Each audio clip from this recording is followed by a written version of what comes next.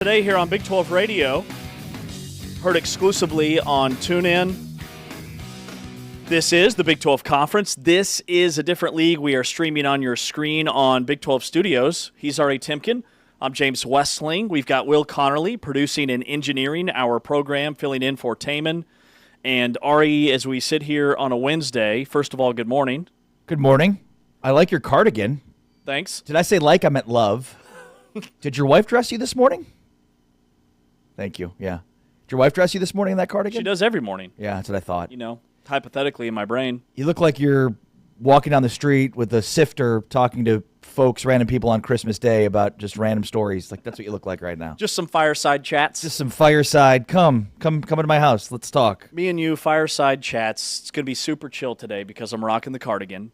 Meanwhile, I cannot wait because today is a Power Ranking Wednesday, and Ari's going to be power ranking his top 5 Yeti tumblers. Cannot wait. He's got the Summit Ice coat on. Are there even 5 to power rank today? I'm not actually. I've got something underneath this. I'm just a little bit cold. How many layers do you have on right now? 3. 3? Yeah. That's pretty solid. If I could have more on, I would. Are you wearing gloves? No. Those are packed away in the winter bucket at my house. Probably need to be taken out at this point in time. But, yeah, you know, it's funny because whenever I'm, like, bundled up like this and people are always like, you're from Chicago. You should be able to handle this. And it's like, no. That's why I live here now. I moved. I live here now so that I don't have to deal with the cold. Like, I live in this concrete jungle, strip malls as far as the eye can see without any aesthetic beauty or any, like, nature or, I mean, nothing but man-made lakes as far as the eye can see. I need more Academy sports. Yeah, so, like, Academy's great, but it's many of these other... It really is. I mean, it's basically like the same strip mall over and over again with the same Chili's and Home Depot and Target in every strip mall as far as the eye could see. Like, I live here now. I deal with all of the crud of living in North Texas to not have to deal with this weather. And yet here I am. So it's like, yeah, I don't live in Chicago because I don't want to deal with this cold. Which, by the way, it's not even that cold comparatively, but I digress. Well, if your hands get sweaty, I would take your extra pair of gloves. So, no gloves today. Gloveless. But a good Dumb and Dumber reference. I appreciate that. Man, I don't know about you, but with everything that has transpired since we sat here yesterday, my mind is just exploding. We've got latest college football playoff rankings. BYU gets host. Shocker. Joey McGuire gets an extension. Today is National Signing Day. Kalani Sitake's not going to Penn State. He's staying at BYU. And then we've got the Kansas-UConn game to recap, which was a banger last night in Allen Fieldhouse without Darren Peterson. KU hung tough. Define banger. Well, if I was to define banger, I would say a game that could go either way in the final 2 minutes. Okay. Regardless of just how ugly the game was. Yeah, it was low scoring. It was pretty gross. But I kind of felt that was going to be the case going in because neither team could really shoot the ball that well. Both teams were kind of rugged and relied on their defense. So, yeah, there weren't a ton of highlight reel plays. I get it. And, yeah, I mean, you know, I get the sentiment of no Darren Peterson. They hung tough. UConn also didn't have its best player. Yeah, that was an atrocious game by the Jayhawks, especially the second half. They shot 5 for 20 in the second half. 5 for 20. From the field. In the second half. Not from 3, from the field? From the field. They shot 25% from the field. Oh, I didn't realize it was in the second half. And I'm a little bit fired up this morning because I'm not dealing with moral victories here in the wake of, oh, they didn't have Peterson. No, you got to win home games against anybody. That's why I said they were 5-1 under Bill Self against top 5 teams at Allen Fieldhouse. I was wrong. They were 12-1. Now 12-2. And yeah, I mean it's a bad loss. And again, it's the 5th ranked team in the country. They came in without their best player. Kansas didn't have its best player clearly, and they need him. And this idea of like, well, when they get him back, or if he's healthy for March, at this point, like I'll believe it when I see it. I know I complained about this a couple of weeks ago. Taman, our producer, who's out now, was thankfully, as he's a UConn fan, he's all like, oh, it's so early and blah, blah, blah, blah. And then you've got Bill Self saying he'll play when he's 100%, which is what I've always said. No, you haven't. No, you haven't. Self keeps making up as he goes along. And by the way, you're not going to be 100%. Nobody's 100% right now. 7 games into the season. None of these guys are 100%. They're all dealing with lingering things. Like, that's just not how this works. He says he's 95%. Once he get to 100, he'll play.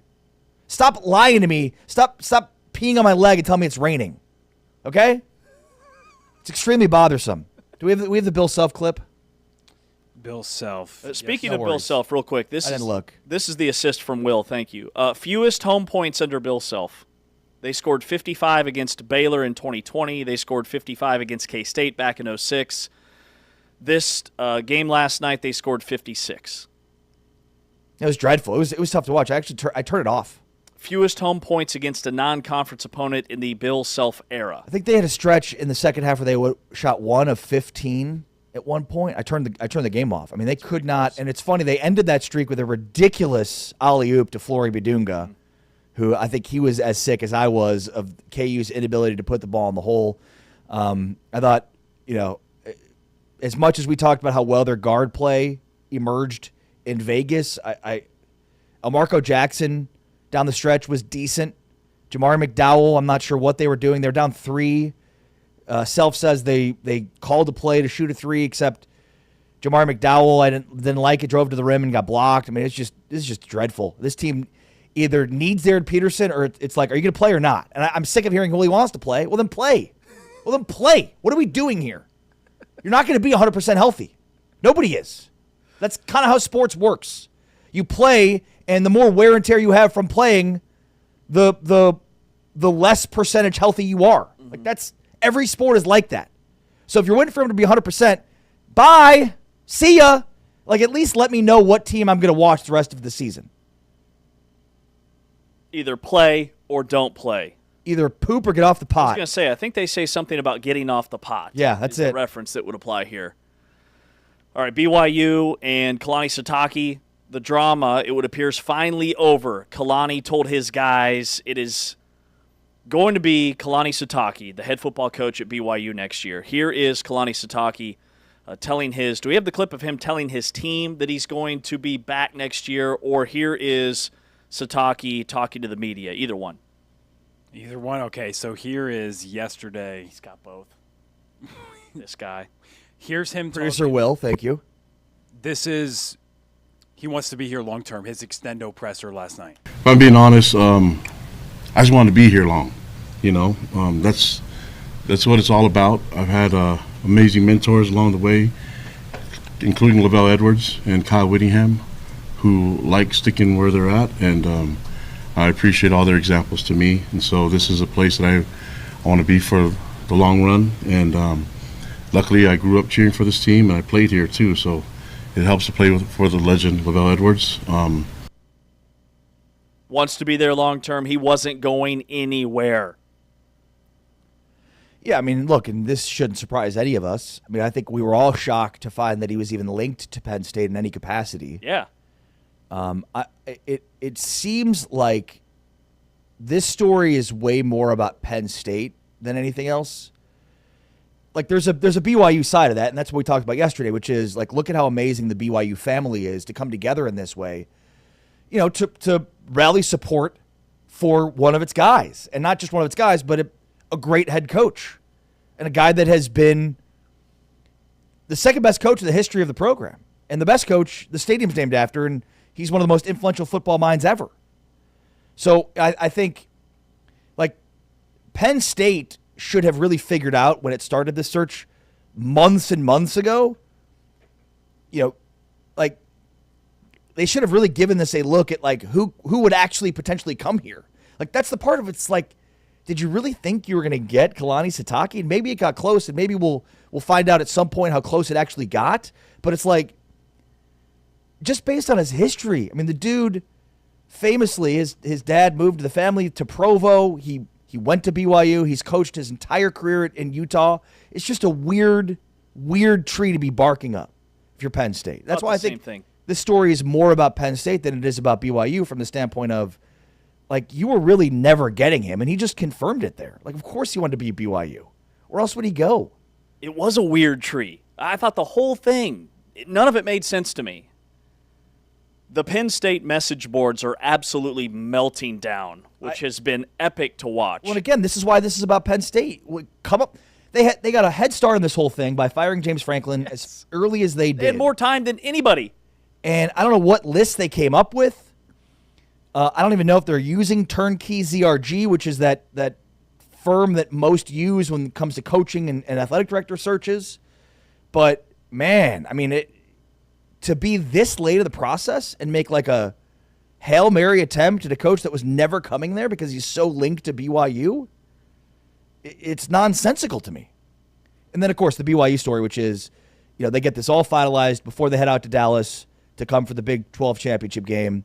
And most importantly, again, like we talk about colleges and alums in a way of family, but I don't know that anybody has exhibited true family in the way that BYU has in the last 48 hours. It's going to be a rowdy crowd on Saturday. My favorite from Penn State. So finally, I just want to express my love. We're not looking like the hot chick that we thought we were a few weeks ago. This is now embarrassing. Penn State message board geniuses. Penn State doesn't have a coach. Kalani's staying at BYU. Here is him telling his team that he's not going anywhere. Hey, let's go. I know we talked about it yesterday and all that, but we don't need any more distractions, okay? So you guys know we're working on all the details with agents and everything, but I'm not going anywhere.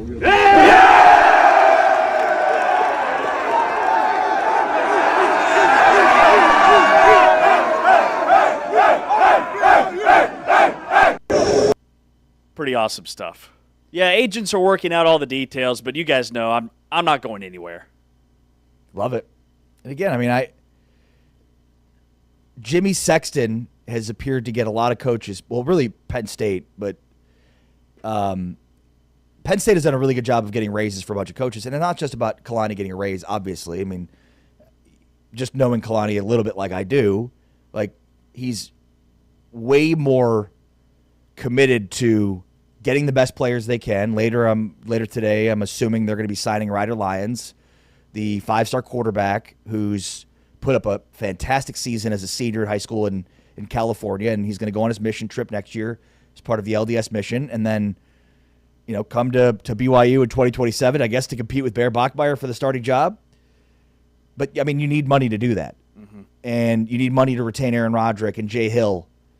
I mean, they got Jay Hill as the sitting head coach of Weber State to come and be their defensive coordinator. You need a lot of money to retain those guys. If the reports are true that indicate that Kalani had previously been making $3 million per year, like that's when you look at the SEC and the Big Ten, like that's what some of their coordinators are making. I mean, Brian Hartline is the wide receivers coach at Ohio State and one of their top recruiters, and he's making like $2 million a year. So that's the type of money, if they want to retain Jay Hill long term, I'd imagine that they need to be paying him and Roderick. And so that's what this is about. That's what this was about. And Brian Hartline, that's actually the name. That's where, if I'm Penn State, I look next. And I know he's on their short list of candidates, and he's a coordinator. He's not a big splash hire, but he would be he's an up-and-comer. He would be somebody that actually makes sense, a lot more than Kalani Sitake.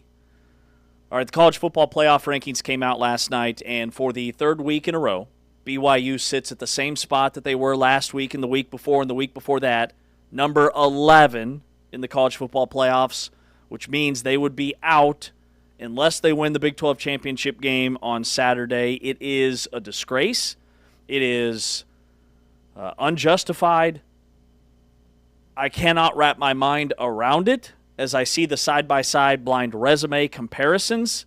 I don't understand it. BYU is the lowest-ranked Power 4 one-loss team in the last 30 years, and it comes almost on the eve of what will be a championship Saturday. Yeah, I mean, I know you can wrap your mind around it because did you anticipate it being any different? Like, did you think yesterday when we did the show that when the rankings came out last night that this would that BYU would suddenly be in the top 10? No, I didn't. I mean, maybe the committee would have dropped Ole Miss because their coach walked out the door. Maybe. Which, by the way, I know it was a 14 playoff, but it tipped the scales on Florida State a couple of years ago with their quarterback. Mm-hmm. But, yeah, I mean, at this point, it's pretty obvious how this is laid out. If Texas Tech wins the Big 12 championship on Saturday, they're going to get a bye and then play in the Cotton Bowl in the quarterfinals on January 1st. If BYU wins, then BYU and Texas Tech are hosting in the first round of the playoffs. That's it. That's the path. BYU has to go 12-1. You're 100% right about it. It's unjustified. It's egregious, but it's been trending toward this, and we know why. We know why. It really simply comes down to the power of the SEC and Texas A&M, who, despite very few big wins, will be in the playoff because they're not going to play in the SEC championship game. And Notre Dame, who finds itself in the playoff every year so long as they don't lose 3 games.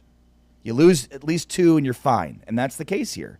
And, I mean, in some ways, I'm super disappointed that Hunter Yurachek took over as the college football playoff chair because he sounds like an idiot when he's saying some of these things. I mean, so one of his quotes yesterday was, he was talking about Notre Dame and Miami, and he said, quote, "It's easier to use the head-to-head win as a data point if the teams are back-to-back in the rankings." What? So it's more do we have that? It's more difficult if they're not back-to-back in the rankings? It's still head-to-head. Yeah. Well, I'll say that it was about a 30-minute call, and half the call was probably about Miami, Notre Dame, and going after it. And so they asked about if idle teams can move because Miami's idle, and they're wondering what's going to happen. And so they kept continuing to press. I mean, a lot of different media members were there vying for their team, Vanderbilt, everyone, Georgia, Alabama, wondering about rankings. But here's what he said about idle teams moving up or down. Can a team presently outside the 12-team field that does not play in a conference championship game move into the field? Is that possible? Yes, idle teams can move based on the results of the championship games, and there may be something that happens in a championship game that impacts an idle team, whether that's their strength of schedule or some other data point that we use, or there could be a team that suffers a significant loss in a title game. We don't try to predict what's going to happen, but yes, idle teams can move within the rankings as we re-rank them one last time this weekend. Guys, this is not that complicated. It's pretty simple. The college football playoff is made up of the conference commissioners and the athletic director at Notre Dame. Guys, this is not that complicated. Right. The Notre Dame has a seat at the table with the rest of the college commissioners. So we could sit here and argue about Miami getting in over Notre Dame, which they literally won a head-to-head matchup against them, or BYU, which has a better win over Utah and not as many losses. But they don't have the same representation as Notre Dame. Yep. This isn't a conspiracy. It's out there for all of us to see. Right. This is not a massive conspiracy. It is a black and white conspiracy that is clear as day. Right. There's no invisible hand here. Stop talking about the strength of schedule. They put out a press release before the season talking about how important the strength of schedule is going to be this year, and then they totally disregard it. BYU has a better strength of schedule than Ole Miss, Notre Dame, Miami, Ohio State, Indiana, and they have one fewer loss than half of the teams in the field. Where's their strength of schedule? They just come up with reason after reason to rank these teams where they are, which totally contradict what they say about the previous team. Well, and I think Mack Rhodes actually did a pretty good job the few weeks that he was the committee chair. Agreed. Not sounding like a complete moron. Totally agree. But so I was wondering, I remember last year, I would just wonder if that's just part and parcel to the job. It's just an impossible job that you're always going to contradict yourself. But just the head-to-head between what Mack Rhodes sounded like and then Hunter Yurachek sounds like, it's night and day. And it's are you hearing yourself? You're telling me with a straight face that, Notre Dame and Miami aren't back-to-back. If they were back-to-back, which, by the way, they were for a few weeks, yeah. It's almost as if BYU moved them between Miami and Notre Dame to create that separation, that ridiculous false separation, so that they can go and say, well, if they were back-to-back, the head-to-head would matter. What? What? Miami and Notre Dame have the same amount of losses. Far be it from me To make the case for Miami. Miami, here. right.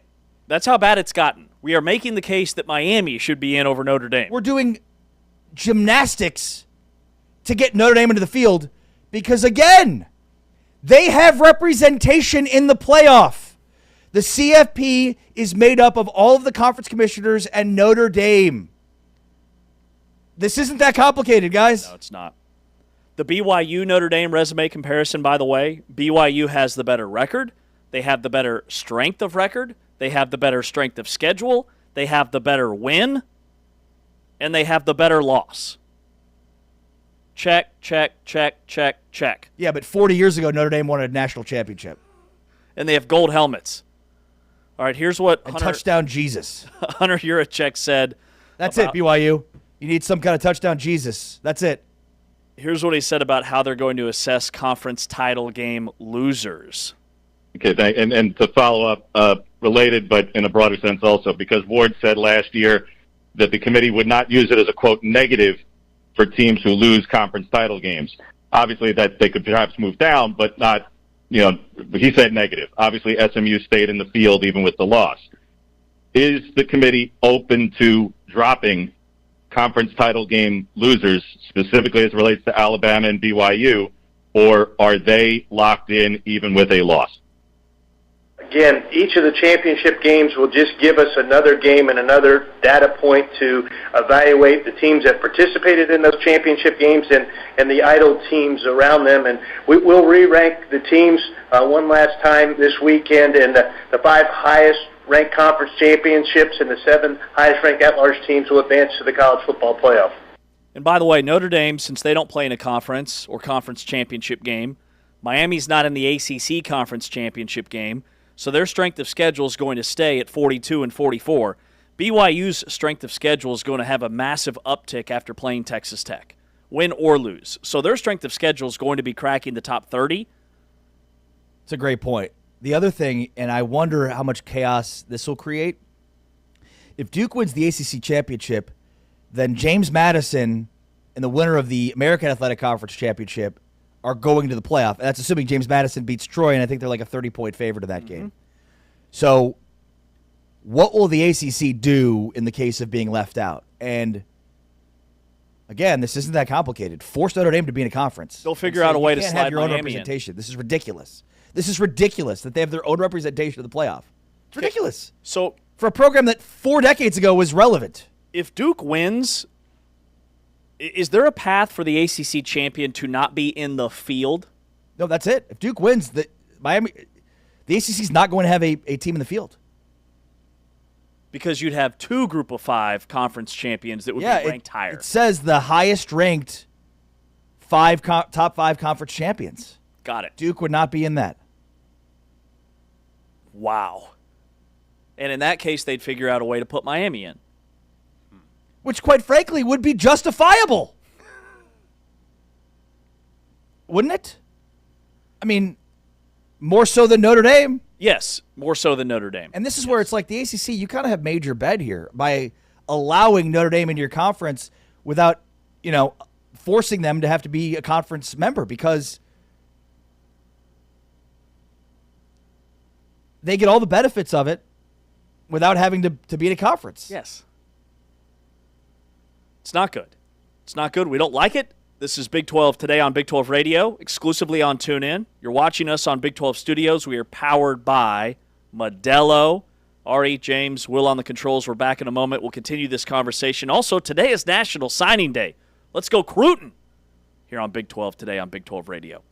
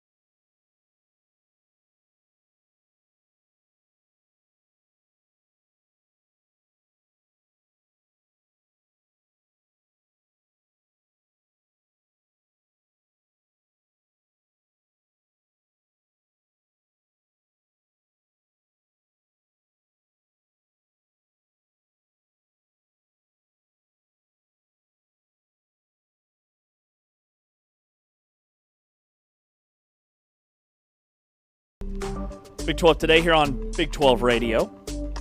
Brought to you, the Full-Time Fan, by Modelo.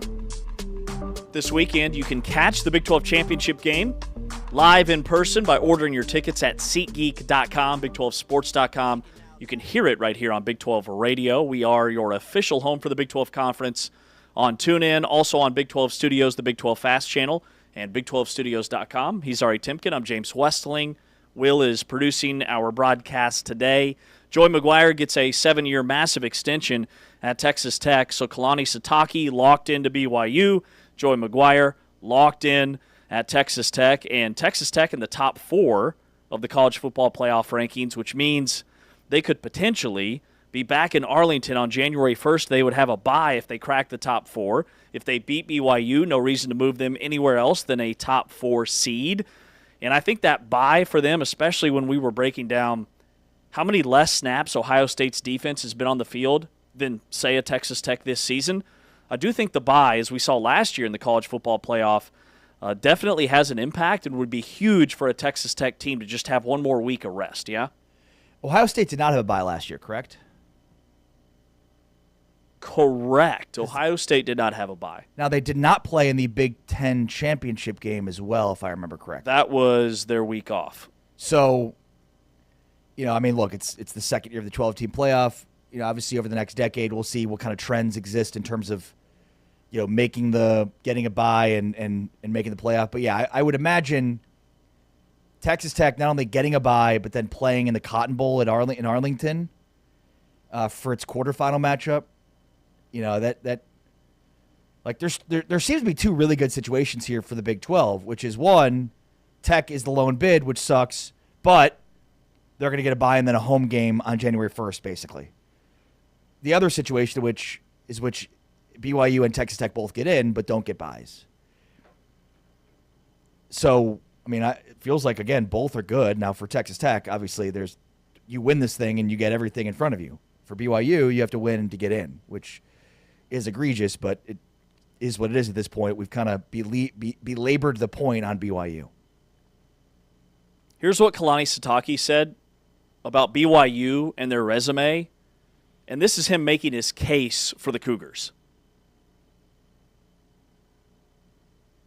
I'm not much of a campaign guy for us during the season, but after the season and looking at everything, I do believe that what Commissioner Yormark and what Joey McGuire said, that we are a playoff contending team, and so looking forward to the matchup, and I'm looking forward to us both teams representing the Big 12 in this playoff and doing it the right way. And style points, I do believe, will matter on Saturday. He said, point blank, I do believe we are a playoff contending team.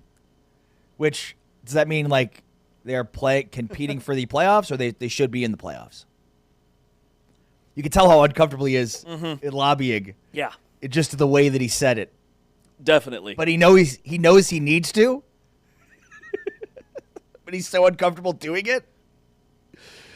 That's Kalani Sitake. And look, I mean, this offseason, when all of the talk, I mean, I remember being in Orlando for the Big 12 spring meetings, and that was around the time when the SEC and the Big Ten, and everybody was talking about what the future of the playoff was going to look like, and would it expand, and, what do the automatic bids look like, and it was the, whatever, the 2-2-5, 7-8, 12, 6-7 model, or the other one with the 3-3, whatever. I can't remember the exact combination of numbers. It was some sort of 6-7 combination, I think. Did you say 6-7? I did, yeah. Thank you. Ooh. Thank you.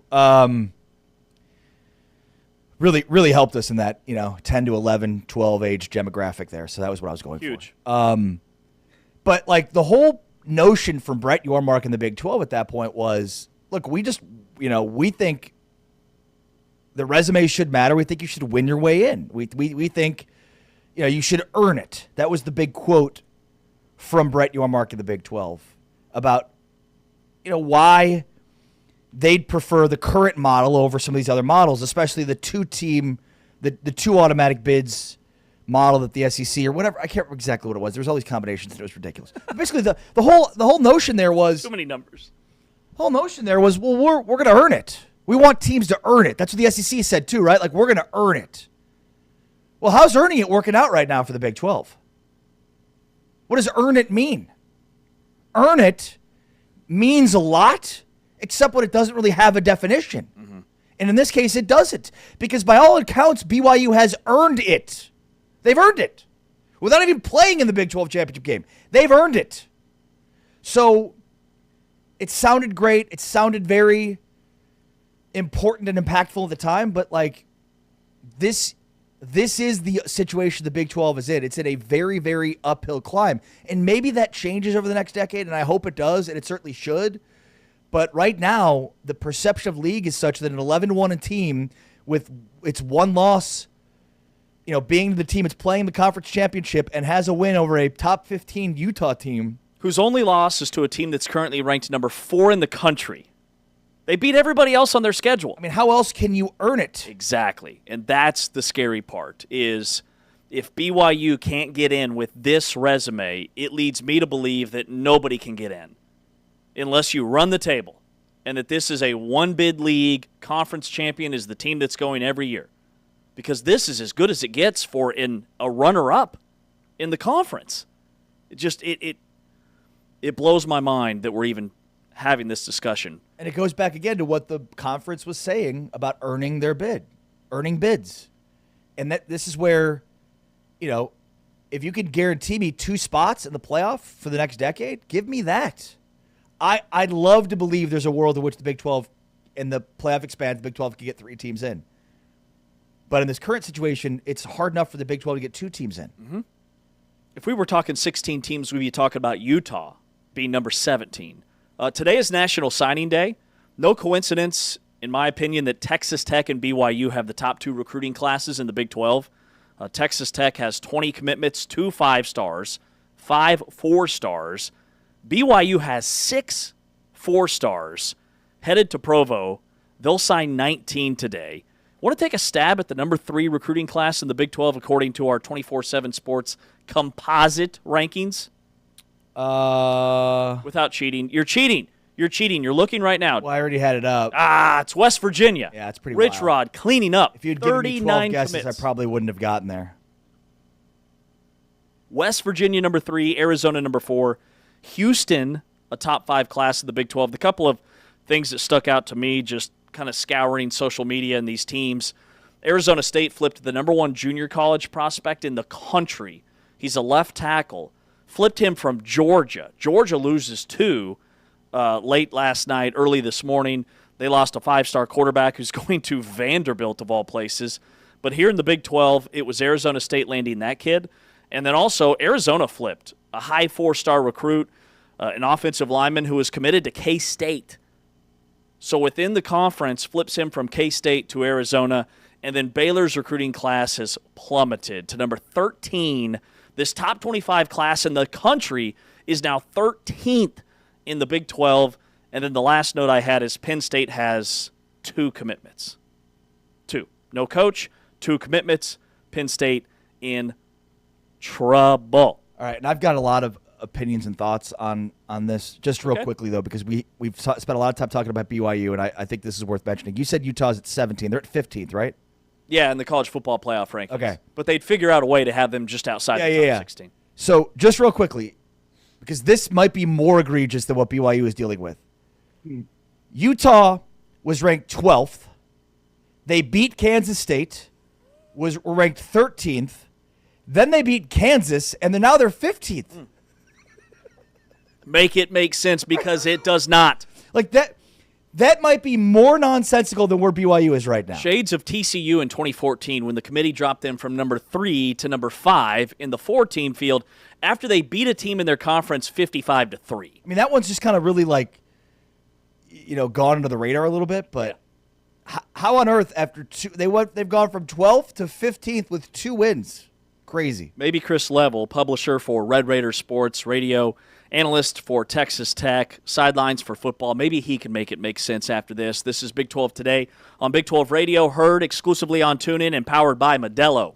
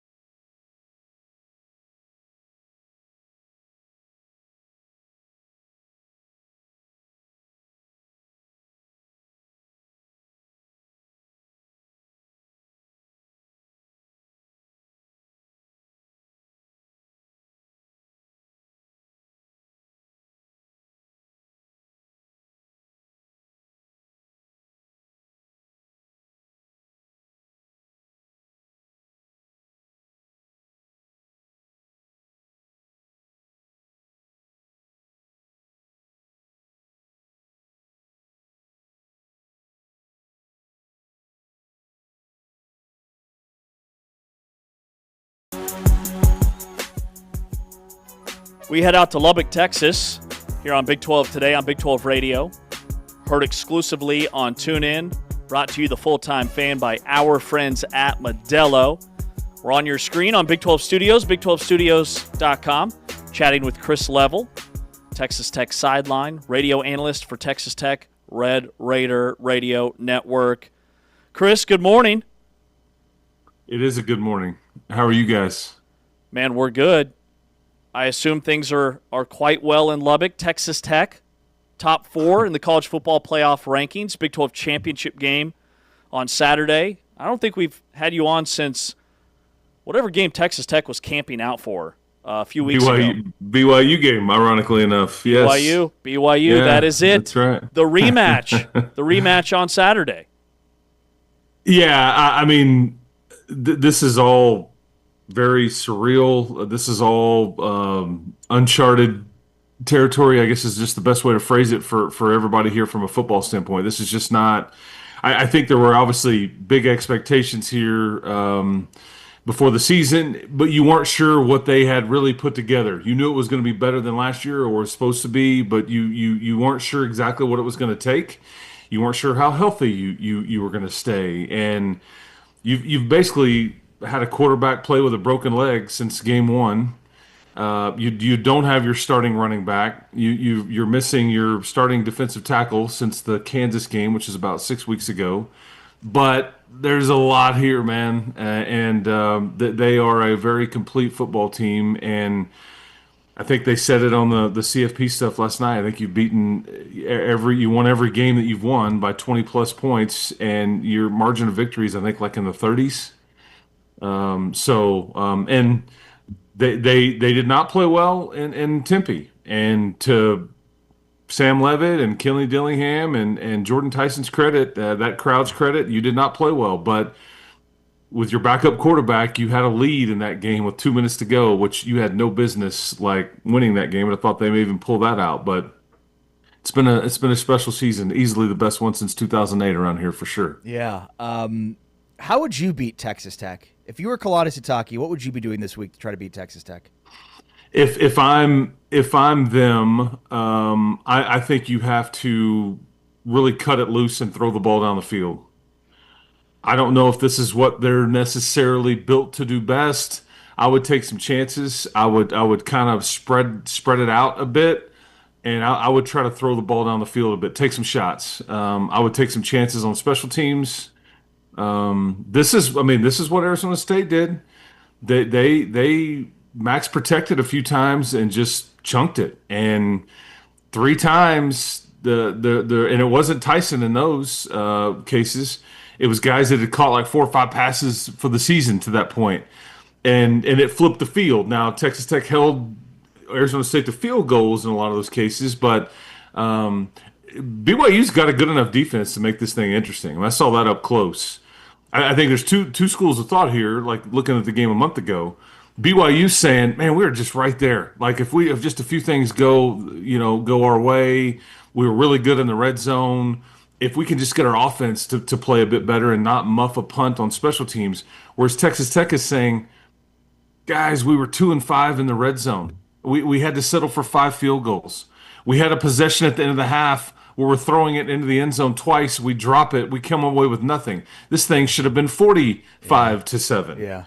But I do think that if I'm BYU, I would take a few shots down the field. What do they have to lose here?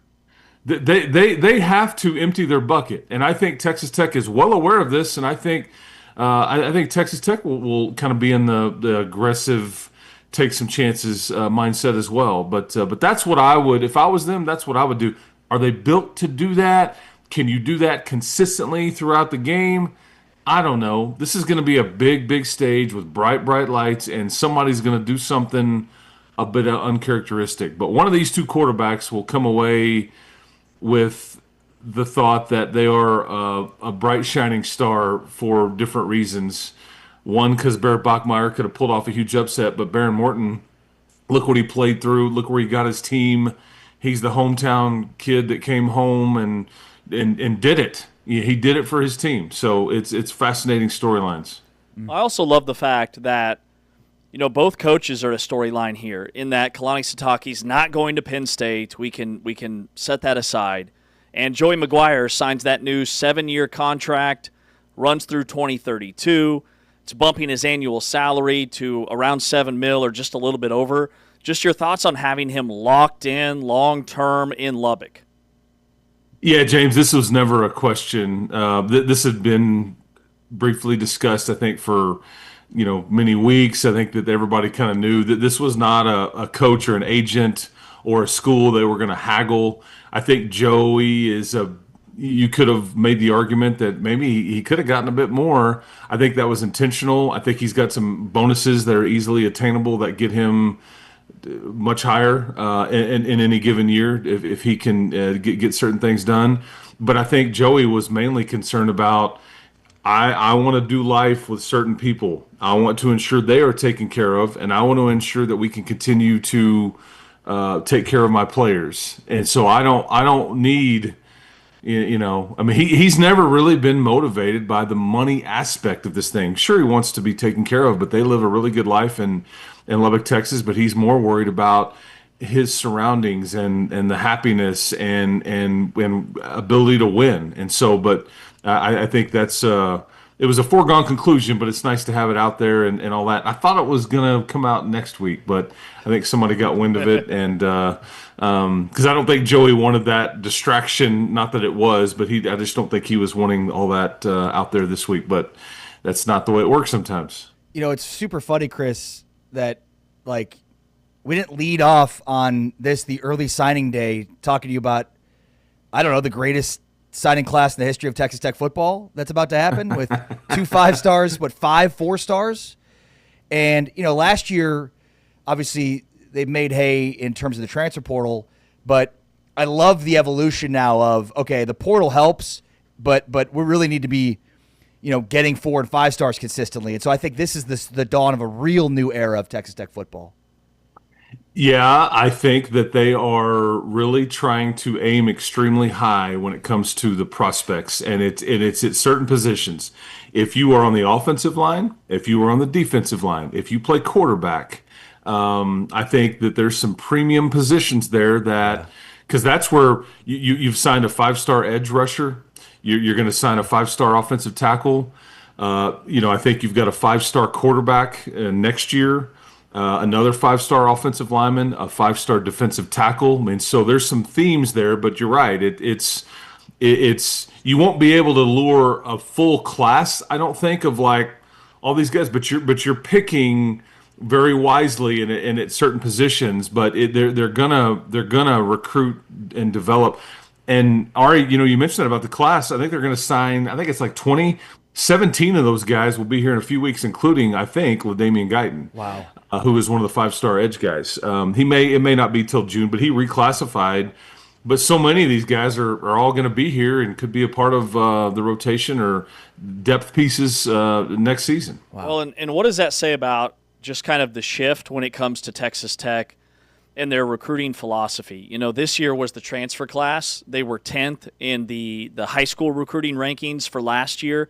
This year they're number 1 in the Big 12 with those 20 commitments. So I think the narrative that, they build through the portal, it's going to be both now, it looks like, at Texas Tech. Oh yeah. You're about to go you're going to go sign a quarterback in the portal. You're going to go sign a starting quarterback in the portal because and that'll be interesting when that comes out. Trust me. And then you're going to really try to recreate, if you can, and it's not going to be easy to do, what you did on the defensive line. They are waiting to find out on the 5-for-5 ruling here in a couple of weeks because Reggie Virgil could end up coming back here. He's one of the starting outside receivers. They're trying to get Skylar Go-Howard back because he played in the equivalent to 4 games. So there's still some things to be decided, but they're going to play ball in the portal for sure. And this is just what it takes.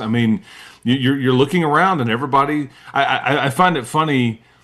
The BYU example is a great one. You see the reporting. It's like he's going to make this. the school has agreed to throw in 10 or 15 million dollars in NIL money above the rev sharing. This house settlement thing sounded cute. It was funny. Hey, you guys play in the sandbox. Now it's just it's a beach. There's just sand all over the place. You're not, Lane Kiffin, LSU. Hey, we'll give you $25 million a year to NIL. So this is just what's happening, and there's no toothpaste going back in the tube, and so this is just what it requires, I think, to play at this high level. Honestly, yeah, no, it's a great point. I mean, it's kind of funny. The funny part about it is how overt and obvious that everybody's being about it, and it's like, how are you going to define what market value is? That's at the end of the day, that's what it is. Yeah, there's no recourse. I mean, there's no, right. and again, because again, the reporting is just out there. Like, wait a second, I didn't think you were allowed to do it. I mean, it sounded good in theory. Everybody wanted guardrails and all that stuff, but because there's some schools out there that aren't even operating at the full rev share. It's like, hey, man, I think Bill O'Brien at Boston College is like, well, they promised to give us a full rev share component at Boston College, and like that doesn't count anything above and beyond, but this is what most of these schools are doing.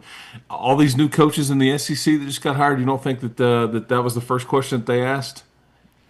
100%. Yeah, it's a really good point. 100%. Mm-hmm.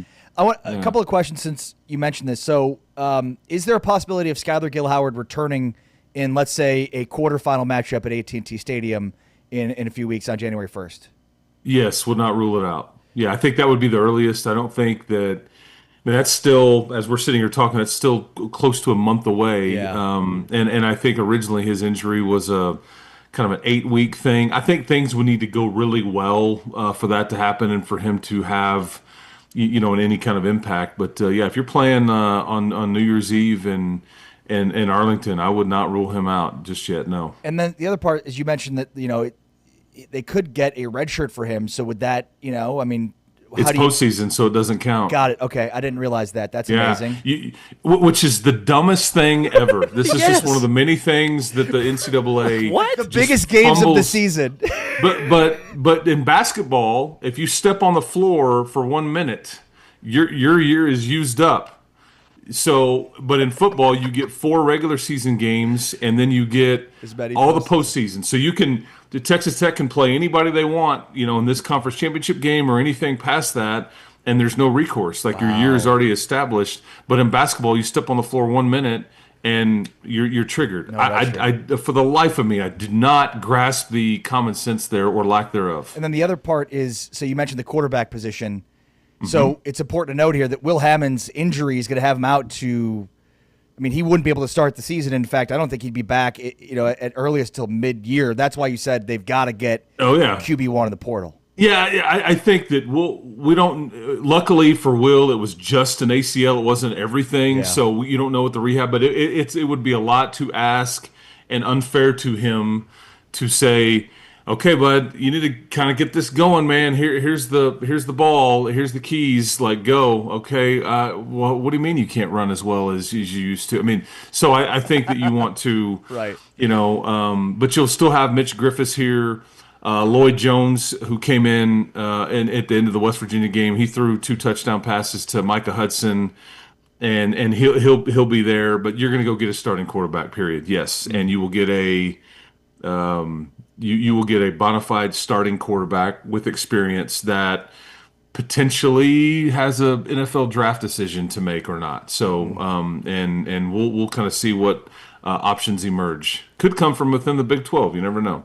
Chris, real quick, Joey McGuire's been pushing for BYU to be in the college football playoff. You've seen that team up close. Should they be in?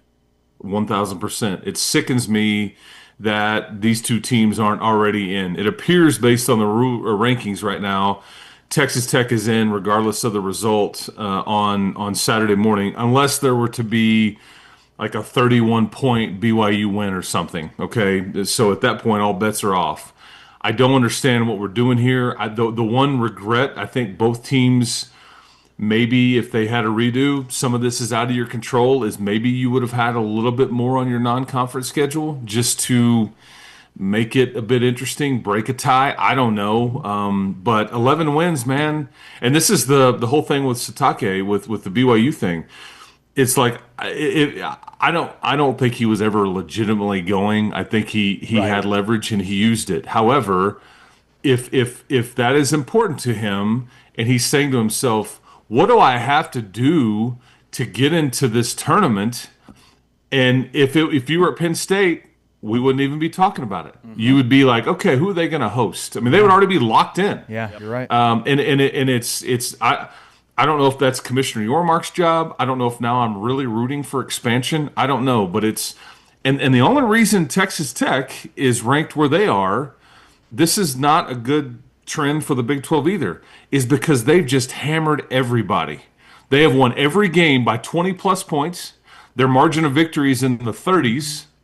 They've gotten credit for their loss because it was on the road with a backup quarterback, so they haven't punished them severely. But what if you're sitting there at 11-1 and you hadn't won by all these lopsided margins? I mean, would you be like, okay, we're gonna have to travel in the first round? I mean, I just don't know where it would be, but I think that's what they're pointing to. It's almost because you forced the issue because you just blown out everybody. So I don't know. It's very frustrating to me, but Arlington will be special on Saturday morning. It will be a massive game and two big brands and two team. I mean, combined 22-2. I'm here for it. Injected into my veins, and Let's go. I mean, yeah, it should be a lot of fun, man. And this is like the old thing from Rudy. This is the most beautiful sight these eyes have ever seen. I mean, I feel like I may say that because I wasn't sure that Texas Tech would ever make it. Yep. This is it. This is it. This is the moment. All right, Chris, thanks for your time. Great to talk to you as always. Enjoy the game on Saturday. See you, buddy. Keep hope alive, boys. See you on Saturday. All right. Chris Level, publisher for Red Raider Sports, radio analyst and sidelines for Texas Tech, Red Raider Radio Network here on Big 12 Today on Big 12 Radio. Coming up next, we dive into the TCU women's soccer push to the College Cup with their head coach, Eric Bell. He's Ari, I'm James, and this is Big 12 Today on Big 12 Radio, exclusively on TuneIn. Fafita rolls. What's up, Eric? I cannot hear.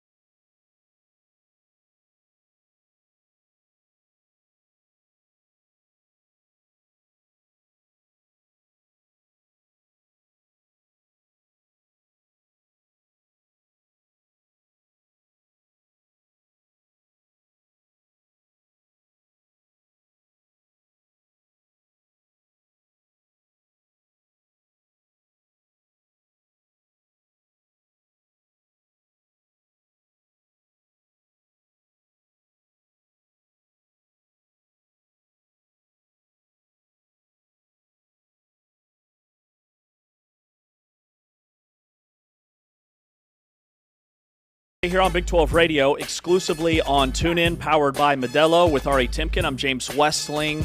A lot of college football playoff talk as we preview the Big 12 championship game. Get your tickets at SeatGeek.com or Big12Sports.com. But we pivot to women's soccer. TCU, a remarkable run going to the College Cup for the first time in school history. They're no stranger to the NCAA tournament, but it's been a deep run for the Horned Frogs, and we're joined by the Big 12 Coach of the Year, Eric Bell. Hey, Coach, good morning. Good morning, fellas. How we doing? Fantastic. I'm sure you are as well. What a season, and you've had so many good teams at TCU year over year. You guys are in the dance, but, what makes this team different and so special? I think since the beginning of the season, we've got a never-say-die attitude, mentality. We've won a lot of games late or equalized late, and that was definitely the case in these last two games. So they've coined us the cardiac frogs. Yeah, Eric Bell. That goes back to my time. I'm from Ohio and Cleveland. Cleveland, I'm from Akron, and the Brian Sipe days when they were the current kids. So that might be before your time, but I do remember the stuff on Lake Erie and whatnot, and the late game heroics and whatnot. Yeah, Eric Bell became the winningest coach in TCU soccer history this year, was named the Big 12 Coach of the Year for the fourth time, and, another conference championship this year. It's been incredible what you've been able to do, both with Big 12 championships and getting to the NCAA tournament. But first time ever to the Final Four, so congratulations on that. And just tell us, these last two games, you mentioned the cardiac piece. The North Carolina game was insane with basically scoring the equalizer with about 4 seconds left or 6 seconds left, and then same thing in the Vanderbilt match with about 4 minutes to go. So, but you rarely see buzzer beaters in soccer, and so that was just an incredible. I can't imagine. And just take me through those moments, and then as a coach, are you just looking at your watch, looking up, how much time is left? Right. Just give us a sense here of what it's like on the sideline there with the buzzer beater. Well, I guess people typically say I'm typically calm on the sidelines and I'm not kind of going crazy and kind of trying to stay in the moment. But, the ball goes out of bounds and we have some people quickly shovel the ball to Sid Becerra, who took the corner kick against Carolina. And, our best header on our team is Morgan Brown, and she took a knock in the game and had to come out. And so we just basically had people up there. We moved Olivia Geller, our goalkeeper, up into the box. It's the last seconds. You're just trying to figure out a way to get a goal, and the ball goes to the far post. And a lot of things have to happen in our way where, I think their kids misjudged it, and they had a kid on the post that kind of misjudged it. And Camden Fuller, a 17-year-old freshman, is at the back post to head it in. And then it goes bing, bing, bing. It's off the post, off the goalkeeper, off the post, off the goalkeeper, and then in the goal. Crazy. So it was crazy. Absolutely crazy. But it was an awesome atmosphere. It was an Elite Eight game. Sweet 16 game on a Sunday. And the football team was there, and a lot of other TCU athletic teams were there to support us. And it was a huge crowd and a huge moment, and one that will definitely live in infamy, as they would say. So it was a really cool moment. Well, and then the Vanderbilt match was close, and I know Vanderbilt kind of controlled the tempo early, but again, you're able to rally for your 10th NCAA tournament victory in program history. You head to the first ever NCAA Women's College Cup in school history. So take us through that match. Yeah, I think that we were a little rattled in the first half, and Vanny kind of took it to us. And our goalkeeper, Olivia Geller, had a really good game, especially in the first half. She saved us and kept us in it. And then the second half, we did much better and were much more competitive and created more opportunities, but still gave up a goal. And in this season, in our fashion of the way that we've done our business, I knew that we were going to respond. It was just a matter of whether we were going to score a goal or not. And we were fortunate enough to score a goal off of a corner. Again, the goalkeeper cleared it out, and then Emma Jelinski played it back in first time into an open goal. And then, we were flying after that, and, it goes into overtime, and I think that we had the majority of the play in the early, and it was only 5 minutes in, and we had the majority of the play in their end, and we created an opportunity and get fouled in the box, and then Sydney Becerra puts it away in the PK, and we win the game in overtime. So you give a matchup now in Kansas City against Florida State, the Final Four on Friday. Florida State is where you previously coached. So, I mean, what will the emotions be like in your first Final Four with TCU playing against your former club? I think it would be different if the coach that I worked for was still there. But he's been gone. Mark Krikorian's been gone for I think is Brian Pinsky's third season there. And so it won't be as emotional as it probably would have been if Mark was still there. But I've been gone for 14 years, and so none of those kids played for me, and I didn't recruit any of those kids. And so the emotions are a little bit different, and I'm all TCU now. Coach, you were talking about how, what makes this team special and the fact that this team just never quits. What would you say is the simplest way to kind of understand this TCU team identity this season? Like, explain like we're five, what your team identity is. Well, our team mantra is to fight.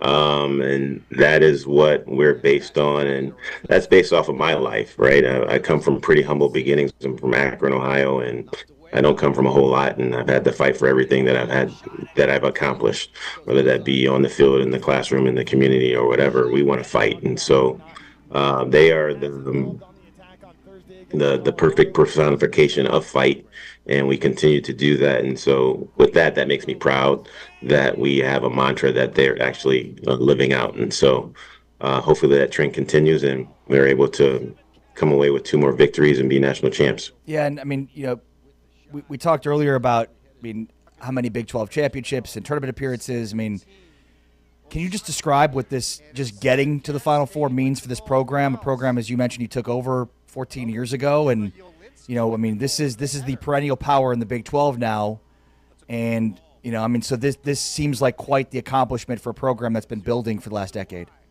Yeah, the journey's been hard. When we took over, my first hire when I first got here was Ryan Higginbotham, and he's my associate head coach as well, and we've been together since day one. And the goal was always to compete for Big 12 championships and compete for national championships, and slowly but surely we've been able to do that.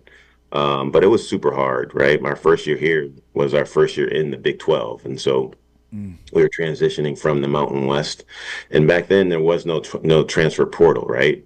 And so you had to do it the old-fashioned way and recruit a class and graduate a class and recruit a class and graduate a class. And so it was a little bit slower, where you couldn't, like today, you can kind of rock and roll and go into the portal and kind of buy a team or fix a team or, poach players here and there that you want. But you couldn't do that back in the day, so you had to build it the old-fashioned way. And we were able to do that. And then in 2016, we were fortunate enough to make the NCAA tournament for the first time in the program's history. And after that, I never wanted to be a one-hit wonder.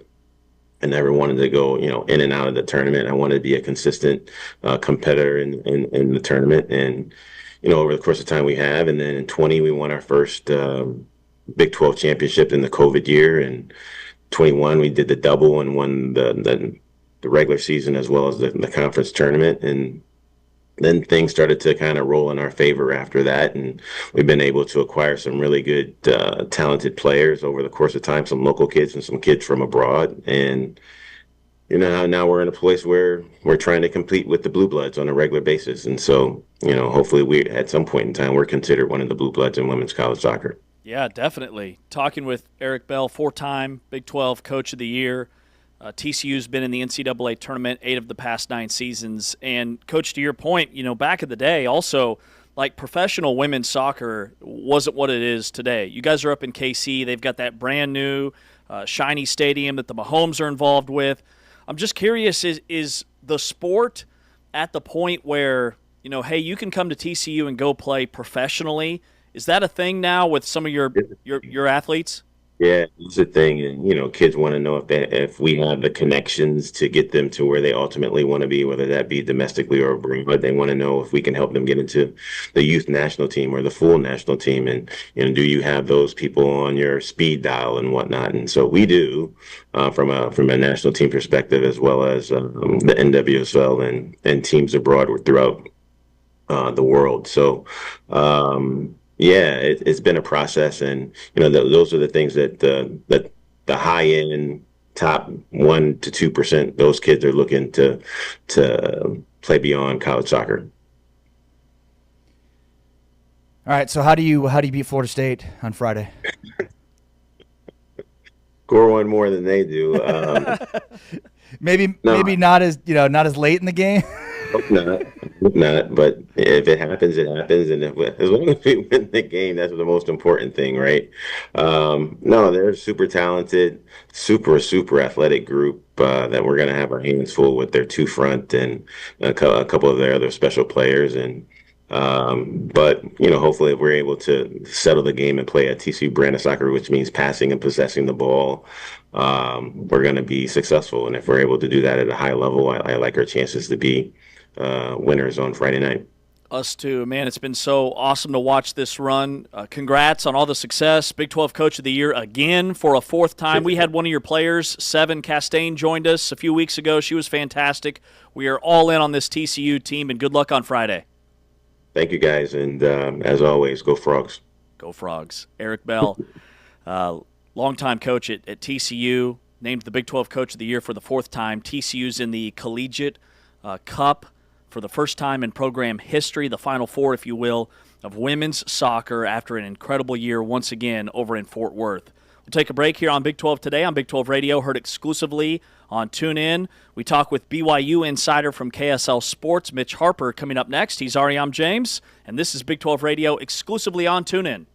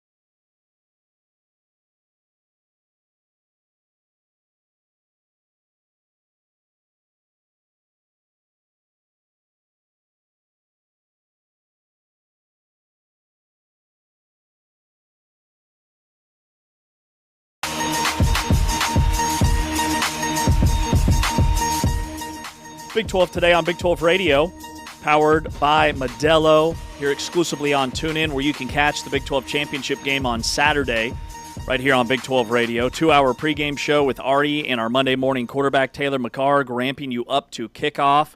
If you missed any of our guest interviews today, you can go back and catch those wherever you get your podcasts, Apple, Spotify, here on TuneIn on demand. And we welcome in Mitch Harper, the BYU insider from KSL Sports. Hey, Mitch, good morning. Good morning, guys. Happy to be on with you today. Man, there's so much happening with BYU. Like, there's the good with Kalani Sitake. He's coming back. He's not going to Penn State. You're playing in a conference championship game. Today's National Signing Day. You guys are cleaning up. But then the bad is BYU's the lowest-ranked, one-loss power conference team in the history of the college football playoff poll this late in the season, which makes no sense to us. So, in your eyes, what's the biggest headline right now in Provo? The biggest headline has got to be Kalani Sitake signing his extension. That was huge because, Kalani's been courted by other programs in the past, Oregon and Washington in 2021. But this was the most intense, situation that Kalani has faced and BYU has faced. And Kalani Sitake has been undervalued by BYU, and at times I think the BYU fan base throughout his time in Provo. He's always been great guy, good coach, but maybe I wonder if he can get over the hump. Kalani Sitake is, one of the best coaches in the Big 12, and I think the country. And now they're paying him like that, and they're investing into him like that. And it's not a case of you got to prove it every single year to get more and more resources. Now there's been enough body of a work over the past decade that Kalani Sitake is going to be BYU's head coach for the foreseeable future. And it's a smart investment because with Kalani's passion for BYU paired up with the way that he creates that culture and he can recruit, BYU, I think, is going to be here to stay in the Big 12 with Kalani Sitake. And so it's a big deal. And for him to turn down a blue blood in Penn State and he's going to stay at BYU, that's a huge win for the BYU football program. Yeah, well said. Did you ever think he was going to leave? Well, when you have Penn State come calling and the potential, the money that was floated out there potentially, it's possible. And Kalani was, before this, he was nowhere near the top of salaries in the Big 12. And so Kalani wants to get to the highest levels in the sport, and he needed more NIL. He needed more for his support staff, his coaches.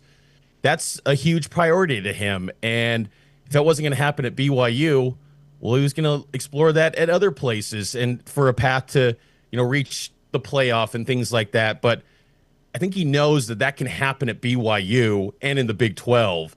So that's where he wanted it to be. It just maybe took a little bit of some leverage to get the powers that be at BYU that in the past maybe were slower moving than you'd like, but I think they're adapting a little bit quicker than they have in years past. I mean, the BYU of old, a decade ago, probably lose Kalani Sitake because it would have been more reactionary.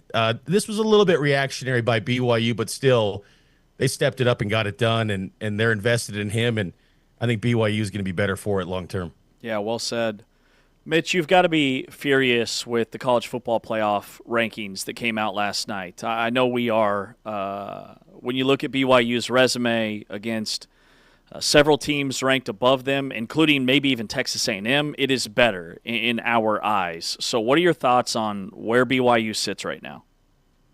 It's just par for the course of what BYU has dealt with since for the last kind of 40 years, honestly. I mean, I think BYU fans and the BYU program, they kind of just assumed Power 4 affiliation in a league that's highly resourced, excellent coaching staffs in this conference. That alone would eliminate these biases that seem to have always anchored down BYU, but that continues even in the Big 12. And look, BYU's not a glamorous team the way that they play. It's not video game-like numbers offensively. It's truly complimentary football, and the one time that they didn't have that complimentary football, it was in Lubbock. And it didn't look good, even though I thought BYU's defense more than enough showed itself against what I think and Kalani Sitake thinks, and pretty much anyone that on this show.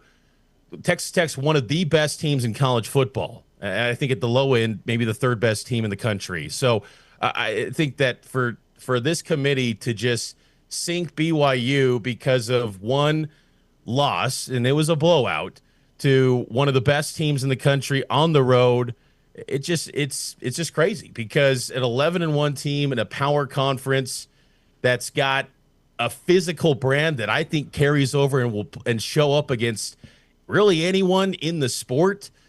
It's just it's cause for expansion, and I think beyond the 5+11 that the Big 12 was in support of in the spring meetings, it needs to be kind of the radical 24-team playoff with 4 automatic qualifiers for all the power conferences. You know, when that's getting tossed around possibly by the Big 10, I think that's the path that the Big 12 needs to have, because teams like BYU will get left out of this thing. If it's up to the selection committee, you got to have automatic qualifiers to ensure that a team like BYU, and even you were, Mark, talking about how Utah deserves more consideration, and I think so as well, to only have 2 losses against, 2 teams that are in the top 11 of the rankings.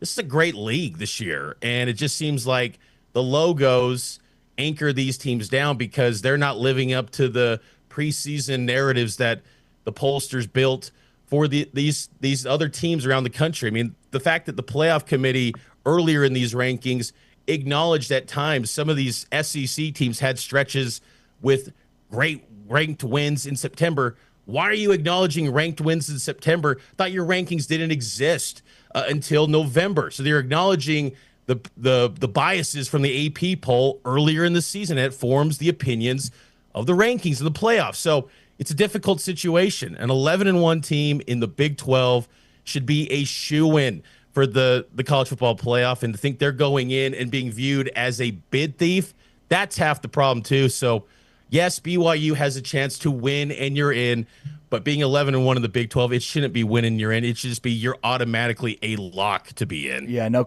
kidding. In fact, I know we've talked about this, but BYU is officially the lowest ranked 11-1 power conference team at the end of the regular season in the history of the sport. Why do you think that is, Mitch? It's a great question, because you could maybe knock a little bit of the non-conference schedule, maybe. They didn't play anyone great. East Carolina's been okay. So non-conference was not the strongest for BYU this year. Stanford and an FCS team, not great. But I think, again, it's BYU's style of play. I think they get often viewed as this lucky team, which is crazy, because ever since the Texas Tech game, they've had 3 straight wins, double-digit wins, and that's a third of their Big 12 schedule, power conference teams, and they're beating them by double digits. So they responded nicely after that setback in Lubbock, and it still just wasn't enough. Once Oklahoma beat Alabama in Tuscaloosa, it's just sunk BYU to where they cannot move up past 11. And there's no factoring in what the committee claims is every single week we're going to tear down the poll and rebuild it after new data points come in for all the resumes. Nothing was helping BYU, even though Arizona was surging. And that was a great win by BYU. That's never getting acknowledged, it seems like.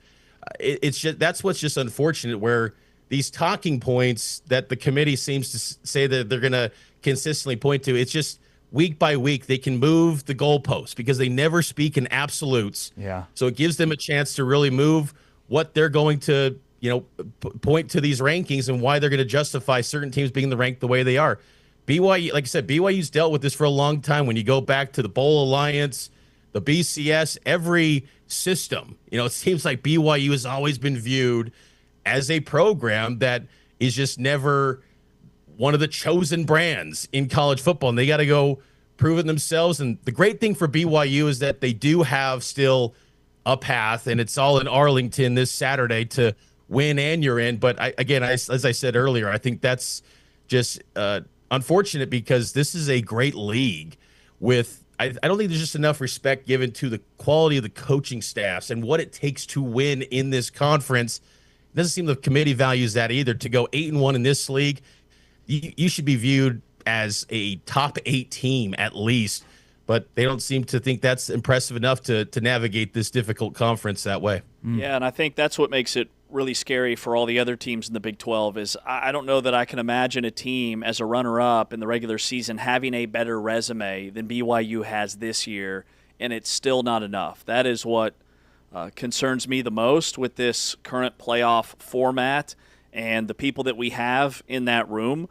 With that said, I mean, you hit the nail on the head. You win and you're in. So what is the path on the field Saturday for BYU to get the win? I think they've got to find a way to – they got to have some sort of a ground attack with LJ Martin. I'm not expecting, 150 yards or something like that, but if he can be around 90, 100 yards, somewhere in that ballpark, that could be huge. BYU's got to take care of the football. I think they can also, maybe the short passing game can work as a rushing attack against Texas Tech. BYU was so focused on max protection against Texas Tech. And I remember even in the following week when BYU played TCU, Kalani's just like, can't just solely go max protect. They got to let him air it out a bit. So BYU's got to have a little more confidence to air this thing out against Texas Tech. I think they honestly played a little bit scared in Lubbock. This time they got to play less. They can't be as fearful against Texas Tech. And I think, BYU is pretty good in revenge spots, but it's still going to be a tall task against Tech. And again, it's not a case of, the problem with this game too is that, if they lose by 10 or 14 points, whatever it is, they'll just be, they didn't belong in the playoff. But again, right. Texas Tech is one of the best teams in the country, and I think they're good enough to win it all this year. But I think that, BYU's got to be a lot more aggressive offensively, and it helps that LJ Martin is going to be a lot healthier in this game. When you go back to that November 8th meeting in Lubbock, his shoulder, he even admitted he had no confidence or lacked some confidence in that shoulder. He was coming back from that injury he suffered against Iowa State on October 25th. That gives you hope that maybe a healthy and confident LJ gives BYU a better chance, because I think LJ's been the best running back in the Big 12 this year. And I think defensively for BYU, they've got to be better at stopping Texas Tech's ground attack. They did a nice job of getting to Baron Morton and generating some pressure, but they're running backs, and that's a great tandem there in the backfield. They were averaging about 5 yards per carry in that game against BYU. So BYU's got to be a little more stout stopping the run against Texas Tech, and also, don't have the miscues on special teams. BYU special teams have been so good the past 2 years, but in that game, muff punt, 2 shank punts, eliminate that. It's got to be complimentary football and give yourself a chance to just not make the mistakes that typically that's what BYU does. I mean, they don't ever make mistakes. Bear Bachmeier's only had 4 interceptions. Eliminate those mistakes that you seem to have the entire game against Tech, and maybe that can be enough to give you a chance going into the fourth quarter to be hanging around and maybe pull something off late. Yeah, well said. I agree. I think they did play a little bit scared in the Tech game. And look, LJ, I think it's a great point about LJ's health, but ultimately, if BYU has a chance to win this game, it's about Bear Bachmeier completing passes. I just think you cannot go in with the approach of run to set up the pass in the way that BYU has really done that all year. I think Texas Tech has proven defensively they're going to choke out your run and not allow you to pass. So if I'm Aaron Roderick and BYU, I'm going flip-flopping. I'm trying to use the pass to set up the run, because at the end of the day, I'm not winning this game and I'm not getting into the playoff and as far as I need to go unless I've got a quarterback that consistently can win down the field. And I'm not saying he can't. I'm just saying, don't take it out of his hands. Let him try and win the game from the pocket. And this will be a great test for Bear Bachmeier, who's been outstanding this year. 7-time Big 12 Freshman of the Week. Bear has just been everything BYU could have dreamed of in his freshman season, and I am really curious to see how he performs in this one. BYU's expected to have Chase Roberts back for this game. He was out last week against UCF. He did go through warm-ups and last week, but he's expected to be back, so that'll be good, huge for BYU on the personnel front. But BYU's passing attack, Parker Kingston, can he pop off, a short pass that can go for a 50-yard gain? Something like that will be huge for BYU to get those chunk yardage plays, because, BYU's been great at when they get a chance, a window of momentum, they seize it and they pounce. They'll generate a turnover. the defense, and then BYU's offense 2 plays later scoring a touchdown. Like things like that again, going back to the committee, how they don't respect BYU. It's that complimentary football where they're so good in those situations where maybe it's a game through the first 2 quarters 7-3, but then in a 4-minute stretch BYU can just put it on you and create a little bit of a cushion from its opponent. But if BYU can get some big plays from those receivers, that would be pretty big in this game, because I think you're right. I mean, trying to expect the ground attack to be working against this defense, it's hard to imagine. But LJ Martin gives them some hope. They're expected to have potentially their second string running back in Sione Moa potentially this week. He returned to the depth chart. He's been out since week 3, but what realistically can you expect from him coming back from injury? So, BYU's, I'll tell you too that their players last night after the extension with Kalani, I mean, it almost seems like there's some momentum created from that too. And I think their AD Brian Santiago said they're gonna blow the roof off in AT&T Stadium with how excited they are for this game. This is the biggest game for BYU in at least 30 years. And I mean, this is the moment they've been dreaming of as a program for so many years. And let's see if they can actually make this thing a little bit more respectable than it was last month in Lubbock. Man, I think so. We're excited for it. Mitch Harper from KSL Sports, the BYU insider, joining us here on Big 12 Today. Mitch, we're fired up for Saturday, fired up for National Signing Day, and Kalani's coming back to BYU. We appreciate your time and all the exciting things going on in Provo. You bet, guys. Happy to be on, and looking forward to seeing you guys in Arlington. Mitch Harper, BYU insider, KSL Sports. All these people are so jacked to see you in Arlington, James. They're going to be super disappointed when they get to Arlington and don't see your beautiful face. I knew you were thinking that. I knew there'd be a comment, and there it was. Ladies and gentlemen, on cue. He's reading my mind. So I'm bummed about it. It's going to be such a phenomenal game. Cannot wait to watch Texas Tech and BYU. Special thanks to Mitch Harper, our BYU insider from KSL Sports. Coming up next, we pivot back to today is National Signing Day. 2 top 20 classes in the Big 12, and Joey McGuire's plan to fix the college football coaching chaos is coming up next. Here on Big 12 Today, powered by Modelo, exclusively on TuneIn and Big 12 Studios. Daniels back to pass. It's a QB draw to the 5, fighting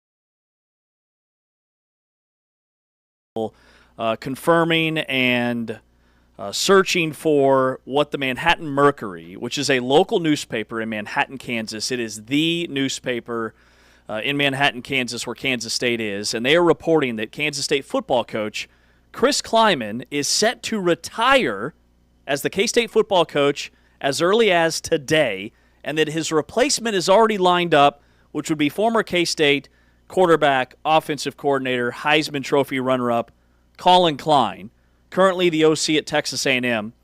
The Mercury has learned that the coaching transition is set to be announced this week. There's not an official press conference yet, but there is an early signing day press conference scheduled for 11 a.m. Central Time today. Klein is 36 years old. Wow. Yeah, I mean, if the Mercury News is reporting it, then yeah, or the Mercury, excuse me, not the Mercury News, but the Mercury is reporting it, then yeah, that seems pretty legit. On3 Sports is also running with the Mercury Sports report, and the report is from Ned Seaton.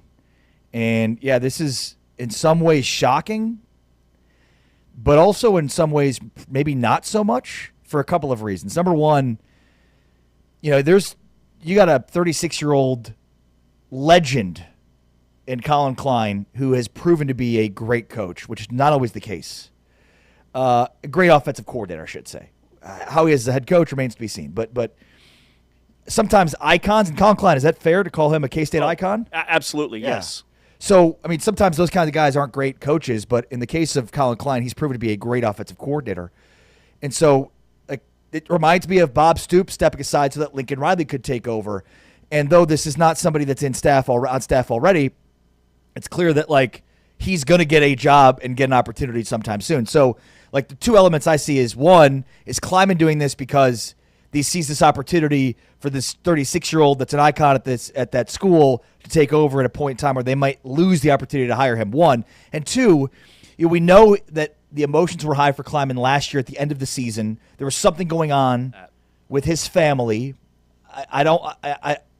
Nothing's been substantiated or reported on this, so I don't want to speak out of turn here, but he was extremely emotional at the end of this season as well, talking about, you know, what I've done here and what I've accomplished. Like, there's clearly something heavy on his heart. They kind of flamed out at the end of last year. They've had a disappointing season this year. You wonder how much of that is related to whatever happening behind the scenes with Chris Kleiman and his family.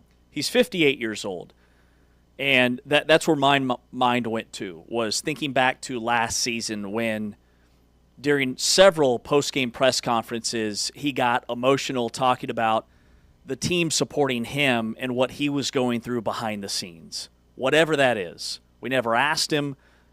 He never said publicly. It was very hush-hush. This season has taken a toll on Chris Kleiman, mentally, physically. That was evident when he broke down post-game after K-State's loss to Utah a couple of weeks ago. But this I did not see coming. And this has been message board chatter over the last couple of days, where there's smoke, there's fire, I guess. But Colin Klein is a slam dunk hire for Kansas State. Dave Bartu, who we had on last week, who owns and operates a company that's deeply analytical, and a lot of college football coaching firms actually rely on his group for data points. And he said the best coach on the market right now across college football is Colin Klein, the offensive coordinator at Texas A&M.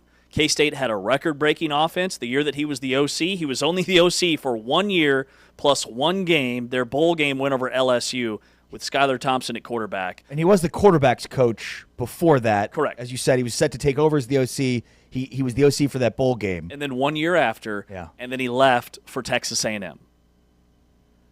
Yeah, I mean, there's the two sides to this. There is the Colin Klein piece, which, to your point, it's a slam dunk. I mean, here's an up-and-coming coach that's an icon at the school. Like, it makes too much sense in that regard. And that's where, again, like, if you're a K-State fan, Chris Kleiman has done a lot of great things, and it would be unjustifiable for them to move on from him. But the Colin Klein piece is sitting there, and it wasn't like he wasn't going to be sitting out there forever. Right. And when you look at, like, K-State's offense when Colin Klein was running it, Avery Johnson as the quarterback, and what they've devolved into with Avery Johnson the last couple of years, you look at Texas A&M's offense this year, like, these aren't coincidences. Right. Like, who's the guy in charge of these offenses? Weird. That guy may know a thing or two about offense. And so, I mean, yeah, this is tremendously good news for K-State, despite whatever's going on here with Chris Kleiman that is forcing him, I don't know the right word to use. Sure. To retire. He's 58. I mean, that's young in the coaching ranks.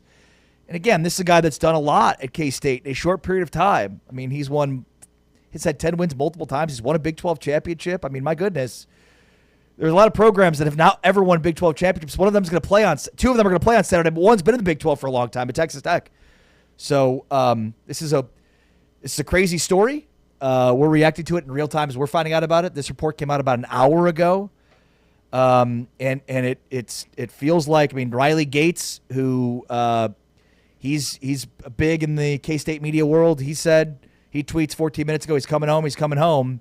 So, I mean, it looks like it's really happening. Well, and this was first reported by the local newspaper in Manhattan, Kansas, the Manhattan Mercury, and that's where all of these reports are saying it's being reported by. There's one report, and it's from the Manhattan Mercury, and everybody else is jumping on that. Now, I think there's a lot of things that have led to this. I don't find it a coincidence that K-State has totally revamped their NIL collective, and it's now going to be under the K-State roof. That was just announced yesterday. Today is National Signing Day.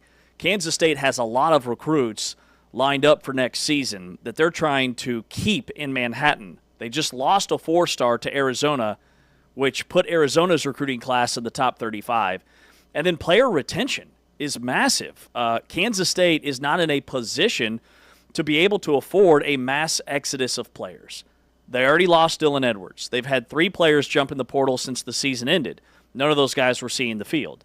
But for next year, they have a lot of guys that are sophomores, juniors, playing significant snaps this past season that either got hurt, in the case of Austin Romaine and Tobi Osunami. George Fitzpatrick never saw the field, the left tackle. And then the big one is your quarterback, Avery Johnson, who they are desperately trying to keep. I think this is a lot of, I think the time, all of those things bundled together is kind of starting to dissipate some of the shock factor that I had initially about 15 minutes ago. Well, again, you wonder what's caused Kleiman to make this decision at this point in time. Like, to me, there's two sides to the story. There is, wow, K-State's about to have Kyle Clyde as their coach. This is best case scenario for them, which sounds like it's denigrating Chris Kleiman, and it shouldn't, but it's just kind of what it is. I mean, it's very reminiscent of the Bob Stoops, Lincoln Riley thing. Bob Stoops stepped aside so Lincoln Riley could take over, knowing that if he didn't, somebody else would come in and hire Lincoln Riley. He did what's best for the Oklahoma football program, which, I don't know, no coach ever does. Ever. Right. They have to be retired by the university before they're ever willing to step aside. It's ego that does that. But we know that Kleiman's had a heavy heart. Like Gene Taylor hugging him at the end of a press conference, the emotion he's had at the end of this season, at the end of last season, like something's going on. Again, don't want to speculate, but clearly there's something that's weighed heavy on his heart that's probably leading to this decision for him. And, whether he's stepping aside because there's something going on behind the scenes with his family, something, again, don't want to speculate here, but sure. Well, let me just wildly speculate. Or it's a combination of both of those two. He's realized, like, K-State's got a great position here to hire a legend at the school that's going to be, that can become a legend as a coach, and I've got to step aside for him to do that. To me, I think that whatever was happening in his personal life is one. Also, Chris Kleiman strikes me as a guy that isn't all in on the NIL era. I think this is a little bit Nick Saban-esque in that he doesn't want to deal with NIL. Like, he played at Northern Iowa. He coached at Northern Iowa. He won national championships at North Dakota State where he never lost games. And he was the head coach at Kansas State in 2019, was his first year, pre-NIL. And it's been an uphill battle from an NIL perspective. NIL wasn't even what it is today when K-State won the Big 12 championship and made the Sugar Bowl in 2022. So I think that's just one more layer. And to me, he leaves a legacy at K-State, what he did in his 7 years. I hope that his body of work is not tarnished by this 6-6 season and how they finished last year, because he won a Big 12 championship, and he could be the guy that set the table for a lot of long-term success if Colin Klein does indeed deliver for K-State moving forward. Well said. Yeah, I couldn't agree more. In fact, I think him stepping aside now almost saves his legacy in a way. Agreed. Yep. Which is weird. I think legacies are stupid and overdone, and but yeah, I mean, the fact that he was even mentioned as being in the hot seat this year, despite this body of work, suggests that he's stepping aside at the right time from a legacy perspective. I'm sure he couldn't care less about that, knowing him a little bit. But I'm just, this is, if you're a Kansas State football fan, I'd imagine today is a great day. It's really exciting. It is exciting to think about Colin Klein. And I was very much in the camp of Chris Klieman should not be on the hot seat. Let's look at what he's done, his body of work. Now, next year I did think would be a big year for him, but next year doesn't exist now for for Chris Klieman. Here is Chris Kleiman's post-game audio from K-State's last game, which was a win over Colorado to get to 6-6 in bowl eligibility. Before the season, you guys were picked to make it to Arlington.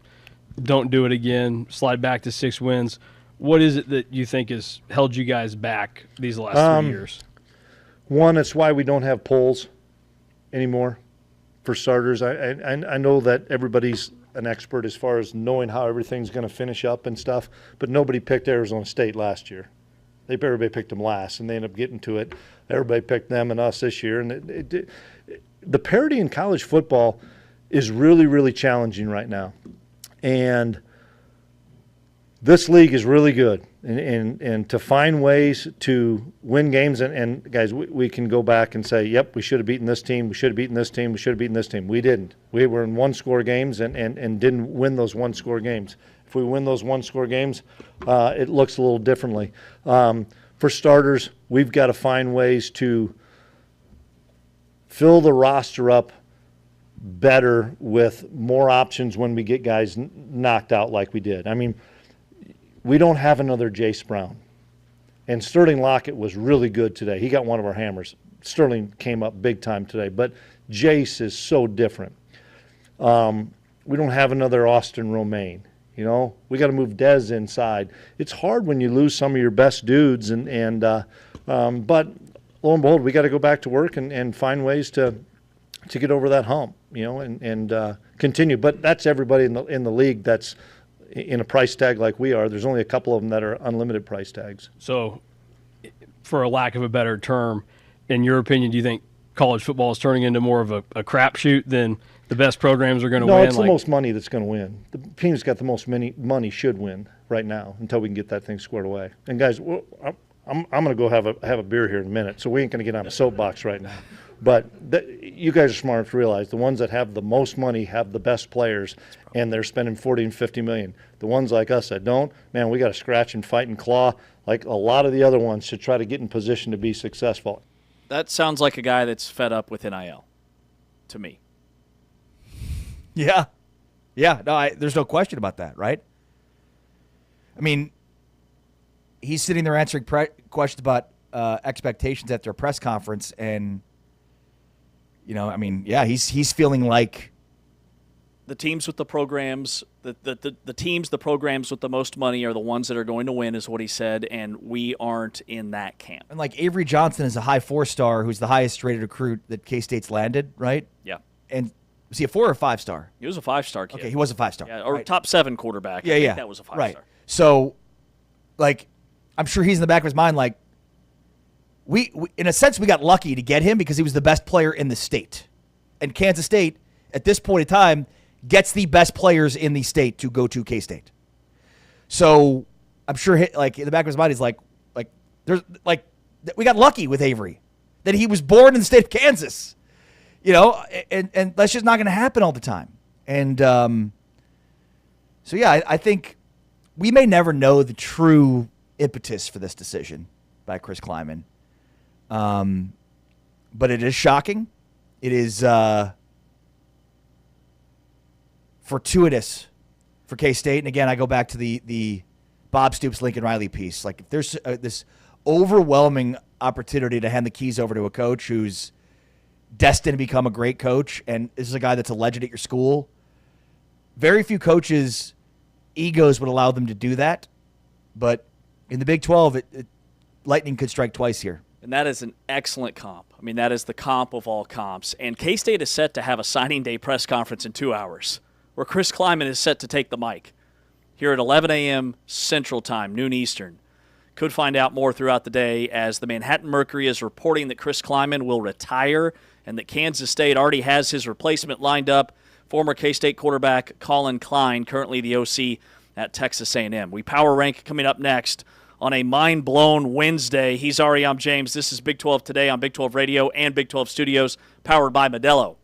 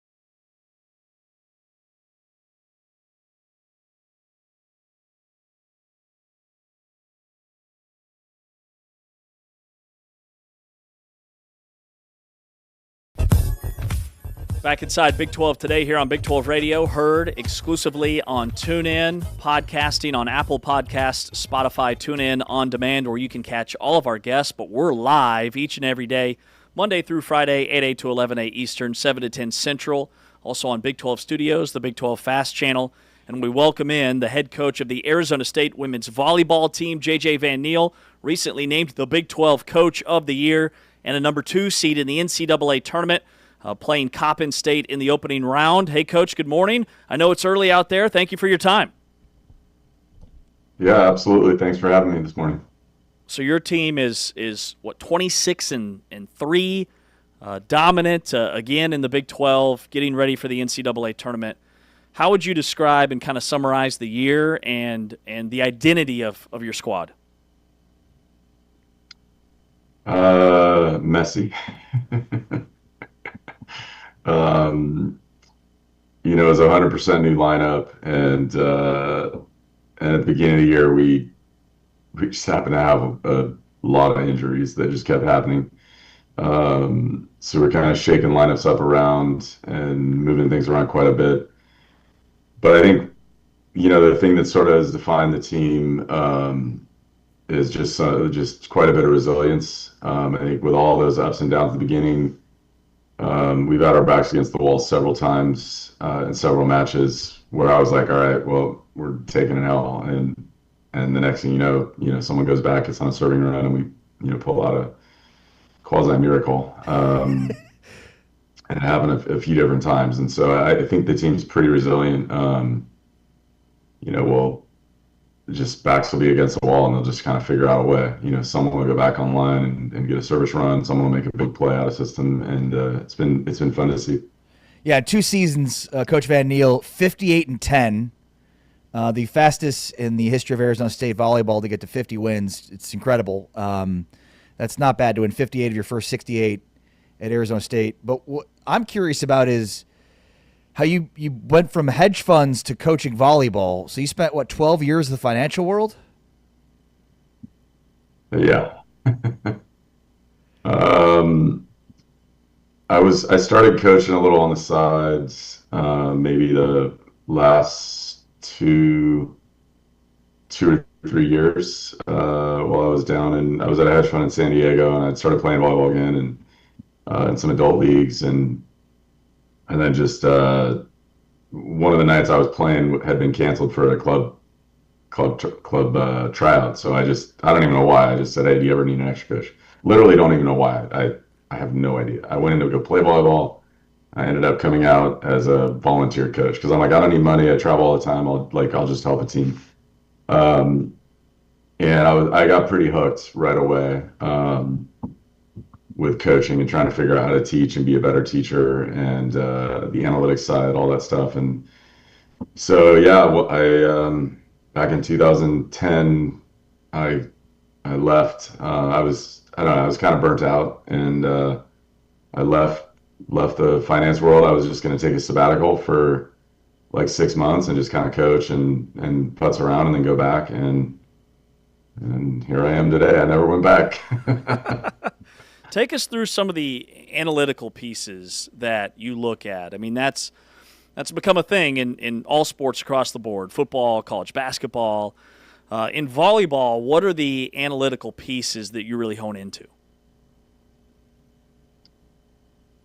I think it's a tool, and I think there's an art and science behind using some of this stuff, as I've learned over the years. I think when I first got in, was working at Utah, I was really, really dogmatic about the numbers say this, you have to do this, and that I think most coaches will tell you that it doesn't really tease out that way.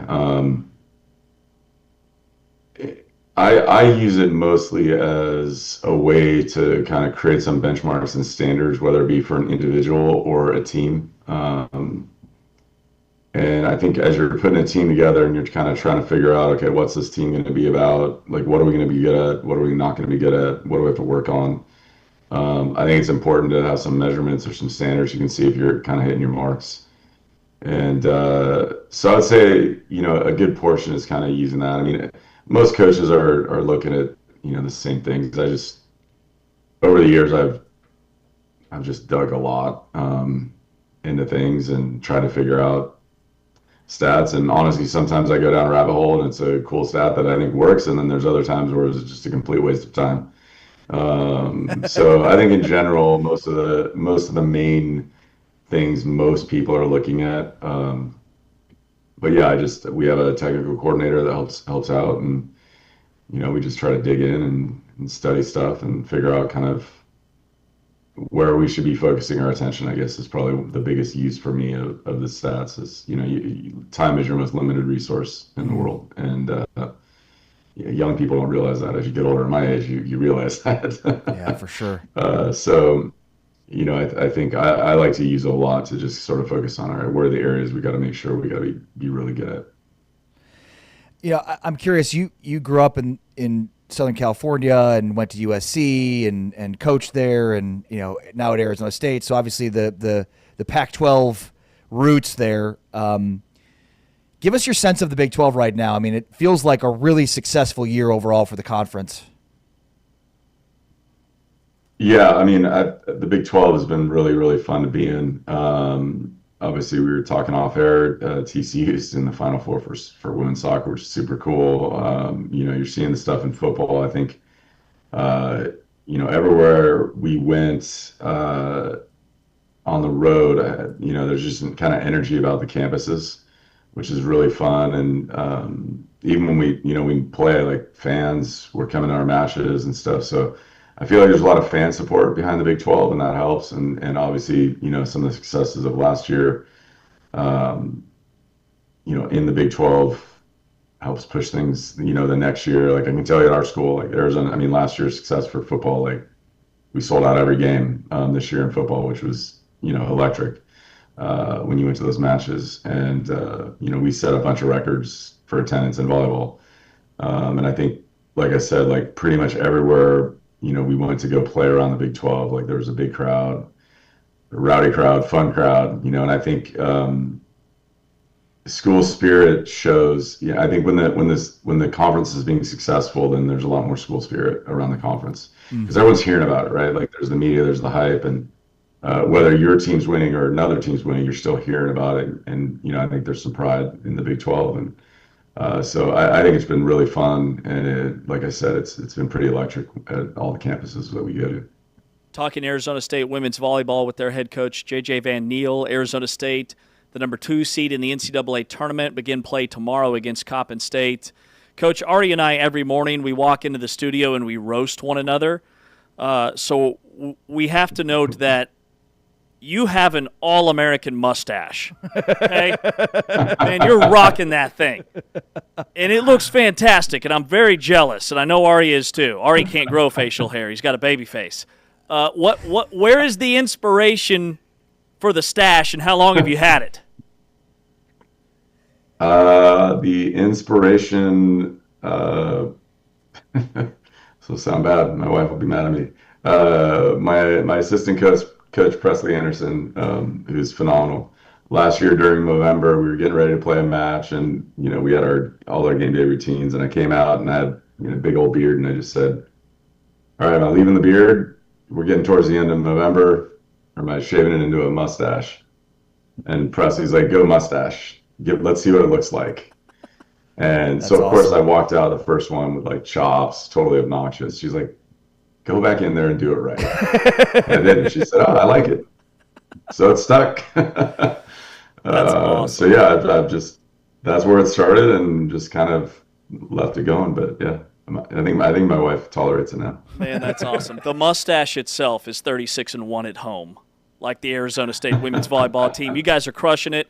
Hey, congrats on all the success and best of luck in the NCAA tournament. Thanks for your time.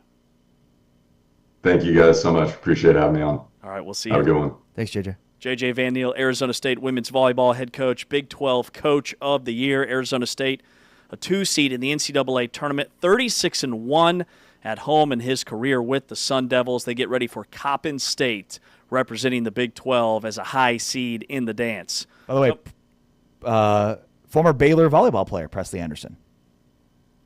Yes. Yeah. There you go. Fun fact. Look at this guy. She was a Cal and Bear, and she was a Cal Bear, and then she transferred to Baylor. And funny thing, I recruited her at USC, and she didn't come to us. She went to Baylor. So I always give her grief. I'm like, Presley, I would have coached you, and you would have loved me. I would have been your middles coach because I coached the middles at USC. That's amazing. That's awesome.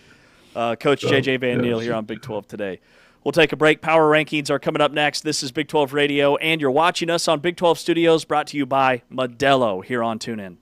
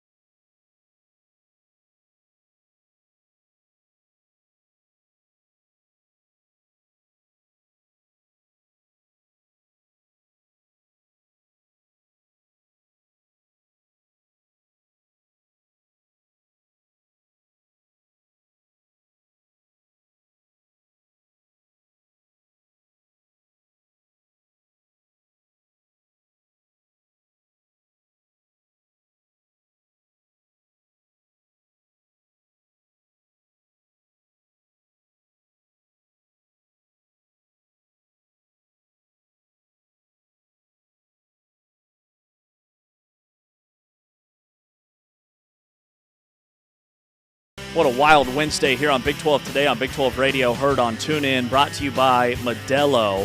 It happens every year, dude. Without fail, there's always a huge surprise. You know, we did this whole game all year. Over, under, how many new coaches the Big 12 will there be next year? Yeah. And it's like we look for every year there is crazy coaching news. Every year, without fail, something wild happens in the coaching cycle. And now we're seeing it come to bear here as the big-time newsmakers across college football are reporting on it. Pete Thamel, college football senior writer for ESPN, about 20 minutes ago said, hang on, hold your horses. This isn't a done deal, but it's being discussed. 1 minute ago, he says Texas A&M offensive coordinator Colin Klein is discussing with school officials a transition from Texas A&M to Kansas State. He intends to stay with Texas A&M through the college football playoff. Chris Klieman would coach through K-State's bowl game and then step down. Colin Klein would be the next head coach for Kansas State's football team. Wild stuff. Well, and you think about it. Okay, Kenny Dillingham is 35 years old. Colin Klein is 36. Colin Klein is 36. Eric Morris is 40. So, one of the things you mentioned about Chris Klieman, and look, there's hopefully Chris Klieman will have his opportunity to speak and talk about this, but there's no doubt this is a young man's game now from a coaching perspective. And, the NIL world, navigating the modern recruiting world and transfer portal, it's a young man's game. And I think that's reflected in some of these coaching hires and specific to the Big 12. When you've got 3 coaches now that are 40 or younger, it says a lot. Yeah. Now, Willie Fritz was hired a couple years ago, and he's certainly not younger than 40, but you get my drift. You catch my drift. Moves the needle a little bit. And he's got Houston with the top 5 recruiting class here on National Signing Day. All right, it's a Wednesday, and each and every Wednesday we power rank, and what does that mean? We put on our power ranking pants and power rank, because remember, it's not good enough to just have things in this world. You have to power rank them accordingly, and so that is what we do on Wednesdays. My wife was feeling down the other day. I said, would you like me to power rank the top 5 things I love about you most? She said, all you care about is your radio show. And here I am thinking, all you care about is your stupid sports games. I'm a radio show? Don't you dare. All right, we're power ranking the top 5 teams in the Big 12. We are also going to be power ranking something else, TBD. Our top 5 teams in the Big 12, number 5. Will's going to make a big announcement. Number 5? He's going to do it with his mic on. I'm going to do it. You want my number 5? Yeah, no, you have to just say, we didn't train you. I'm a rookie. Number 5. Okay, big number 5. There it is. All right, so I think it's pretty obvious 1, 2, and 3 here, right? Right? Is it? Maybe. Is Maybe 4 and 5 is obvious? Number 5 here for me is Houston. The Houston Cougars round out my top 5 this week as the season has gone final. 9-3 regular season for Willie Fritz in year 2. A remarkable turnaround, and probably even more remarkable when you consider the players they lost, the loss of Sheil Wood as their defensive coordinator to Texas Tech.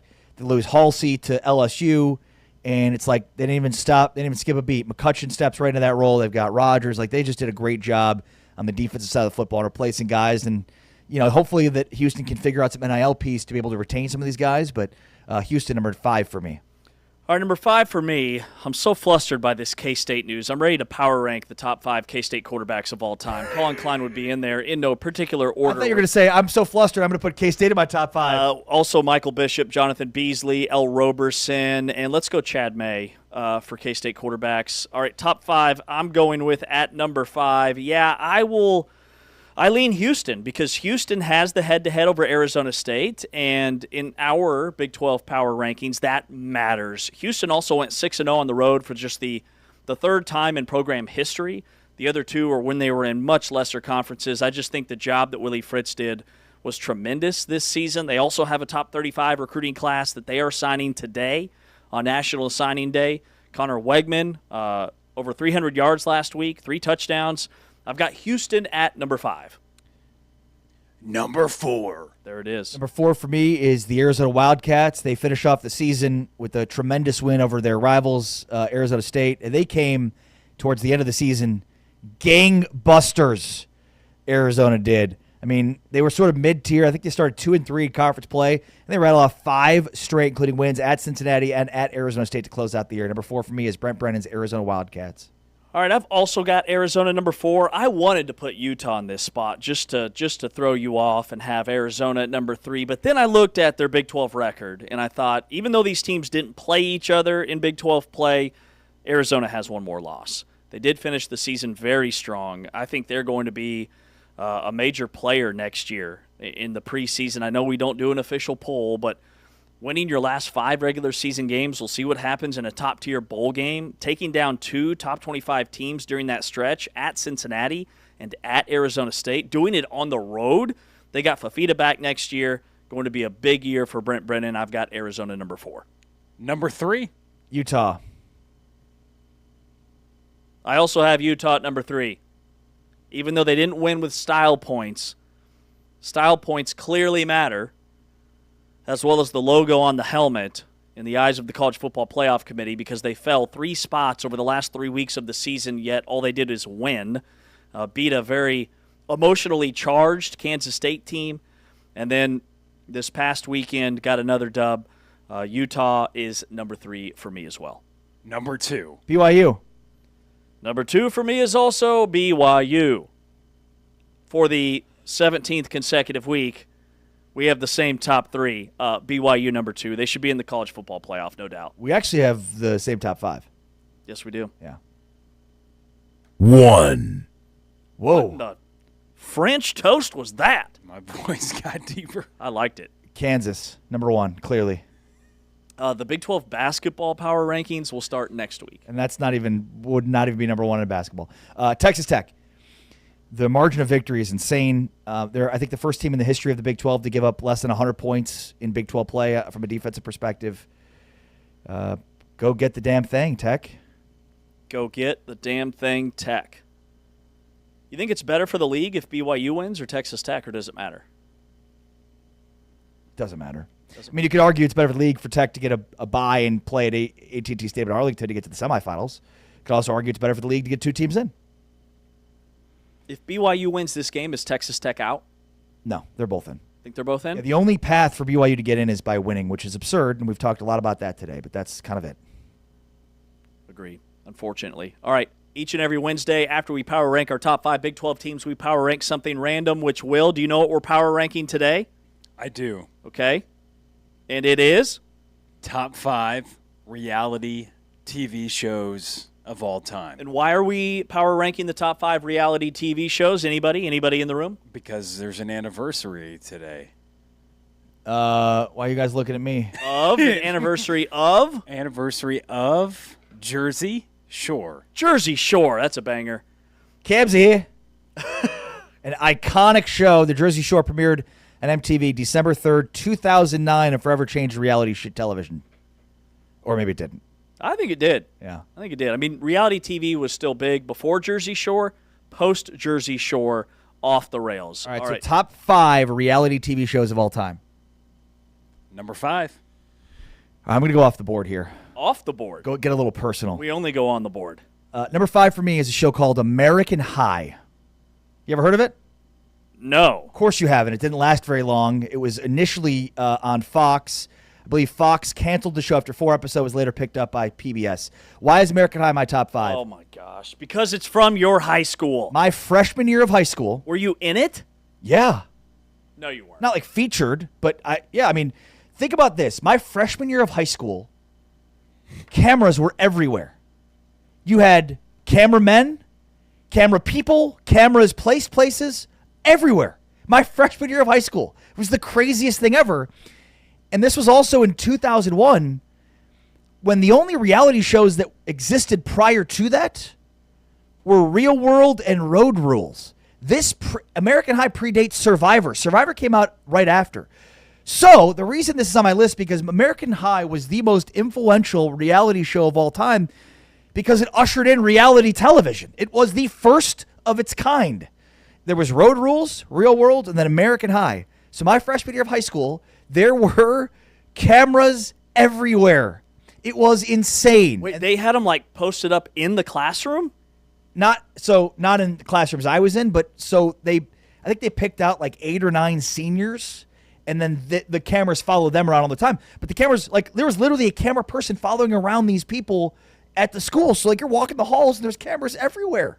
It was the craziest thing ever. And I remember this is before reality television was really a thing. So this was like, we had no idea what it was. They kept talking about it being a documentary about high school in suburbia. Oh, they didn't tell you what it was? Well, like during filming? If they would have said reality television, we would have been like, what does that even mean? Oh, good point. Yeah. So they called it a documentary television show about the lives of, I guess it was 14 students at my high school. All right. Were the 14 students, did people like the students, or did everybody want to punch those students in the face? Yes. Both? Yeah.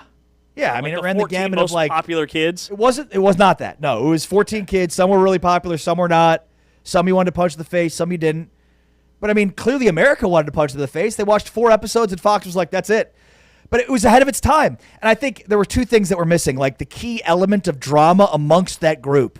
So when you think about what makes reality shows work now is the contrived drama of the group involved. Like there was drama with each of these students, but not together. And I think that was the issue is they didn't do a good enough job of bringing those individuals together and creating drama there, because that's what makes reality shows go. But I maintain it is the most influential reality show of all time. It died so that the rest could live. Hey, it gets a 7.6 out of 10 on IMDb. That's shocking, actually. Sounds like it wasn't scripted.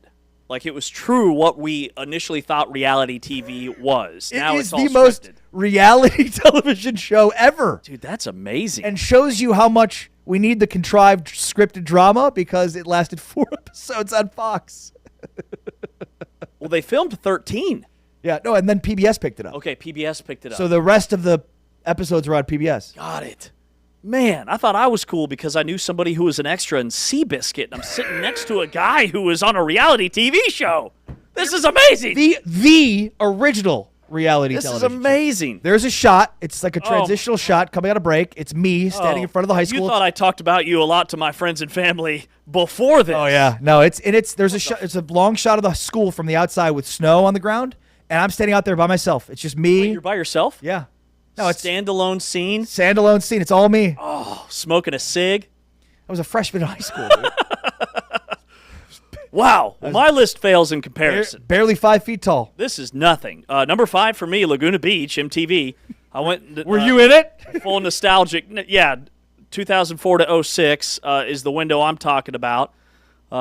0 adults in sight. That was the big thing about Laguna Beach. I mean, not an adult to be found. And these are all like 16, 17-year-old kids. The California fever dream at number 5. All right, yeah, go ahead. 4. Wow. That was very professional. Yes, it Thank was. you, Will. Number 4 for me, I'm going to go here with Shark Tank. I mean, it's iconic as a show, and like there's been some historic misses for Shark Tank. Like famously, the inventor of Ring came on, and they just completely destroyed him. Not to realize that like Ring would become a whole, I mean, a huge idea and operation. But then there's also the great investments they've made. There's the people. I can't stand Mark Cuban. I think he's an absolute fool, and so he constantly makes himself look foolish on the show, which is great. It's one of those things like better to be thought of as a fool than to open one's mouth and remove all doubt. And that's Mark Cuban to a T for me. And then there's like other guys that are great to watch and be a part of. So I love Shark Tank. 4. I tried to get on Shark Tank. It's a lifelong dream of mine. All right, number 4 for me. Gotta have an idea for that, buddy. Did we have? We had an idea. Okay. Number 4 for me, man. Basically, these are just all shows I used to watch in college or shortly thereafter. Number 4 for me was all the VH1 trashy TV shows. But my personal favorite was Flavor of Love with Flava Flav. Flavor Flav! The man wore a giant clock around his neck. The dating show where the prizes were love, fame, with a little pink eye. Flavor of Love. Number 4, VH1. 3. All right. Number 3 for me is The Real Housewives. Not a huge fan of the show, but let me tell you, it is fantastic social commentary. Like, The Real Housewives in some ways reflects our society, and like, it's There's great contrived drama in there. There's just a ton of BS and things that are crazy stupid. Like I remember my wife used to watch the Real Housewives, and I was like, this is the stupidest show. And then I started watching some episodes with her, and I was like, man, there's a lot of like gold in here. Absolutely. It's so dumb. It's so scripted, but then you're peeking around the kitchen corner, and you're like, well, that does look intriguing. What did she just say? She did what? How is she going to react to that? How is Deborah going to react to that? Well, if you can find the American High theme song, I'll give you a fake $100 bill. Where are we at? Number 3? Yeah. Number 3 for me, it is one of the OGs, if you will, Jersey Shore. Cam's here. Gym, tan, laundry, so much drama. Chicks were hot. Hair gel was a must. Were the chicks hot? I thought so at the Couple of them time. were. I don't now. I definitely don't now, but back then it was like, yeah, here for it. Okay. Yep. Would. America was not ready for the Jersey Shore. And then to follow, like Mike the Situation got arrested for fraud. He did prison time. Like who would have seen that coming based off his antics? He did serious hard time. 2. All right, number 2 for me is The Great British Bake Off, another show that I would have never found if not for my wife. Great British Bake Off. Oh, it's a fantastic show. Okay. I always see it on the Netflix. You should watch this. Yeah, my wife's obsessed with it, and so she starts watching it, then I'm all in. And so it's super funny because it's it's British, and so like there's not contrived drama. It is just cooking. Like it's just baking. That's all it is. There's no like I don't like this guy. Like it's like they all help each other. Like it is the great antidote to the horrible American contrived drama reality television. And then they also, like, even if they say things that are a little bit off-putting, they say it with a British accent. They're like, oh, that's adorable. Like, previously, just sounds great, Like, it just sounds amazing. So, The Great British Bake Off, the great antidote to the contrived drama that exists that perpetuates American reality television. There's just no drama. It's just baking, and they get on with it. And, like, there's amazing stuff they bake. And then, of course, it's British accent, so they all sound hilarious. They all sound funny when they talk. Funny and smart and all those things. Okay, like it. Number 2 for me, I'm going with my list is a little lame, man. Yours is really outside the box. Thank you. The Real World, MTV. Didn't even know that The Real World is no longer on the air. COVID completely shut it down, and it never came back. Everybody thought, oh, it'll come back. No, 2019 was the last season. You know the deal. The 7 strangers picked to live in a house. They all instantly regret it. The birthplace of the I'm not here to make friends speech, and now everybody's famous because of it. I just learned that the guy that I see on my Instagram reels all the time, the comedian, was from The Real World, had no idea. What's his name? Theo Vaughn. Theo Vaughn. Yeah. I like Von Thorne better. I'm going to roll with that. But it is a show that always made me feel so much better about my life and the messiness of my house, which is no longer that way, but back then, very much, very messy. So to build the anticipation, enjoy Season 1, Episode 13, the beginning. Previously on American High. Weeks ago, if he saw you again, you weren't going to graduate. Is that... I think this is the theme anything song. happening there, or are you... No, I'm good. I'm good. I'm okay. I'm finished. I did it. I have my cap and my gown in my car. Okay? I know that. I just had news. I got into Northwestern. Congratulations. Thank you. I ended up not getting into Brown, and I'm okay with that. Get into Brown? Dear Morgan, But like, it is okay, my let's pleasure just to inform turn you it down that here for a you have second. been Okay, so admitted to Columbia. Columbia?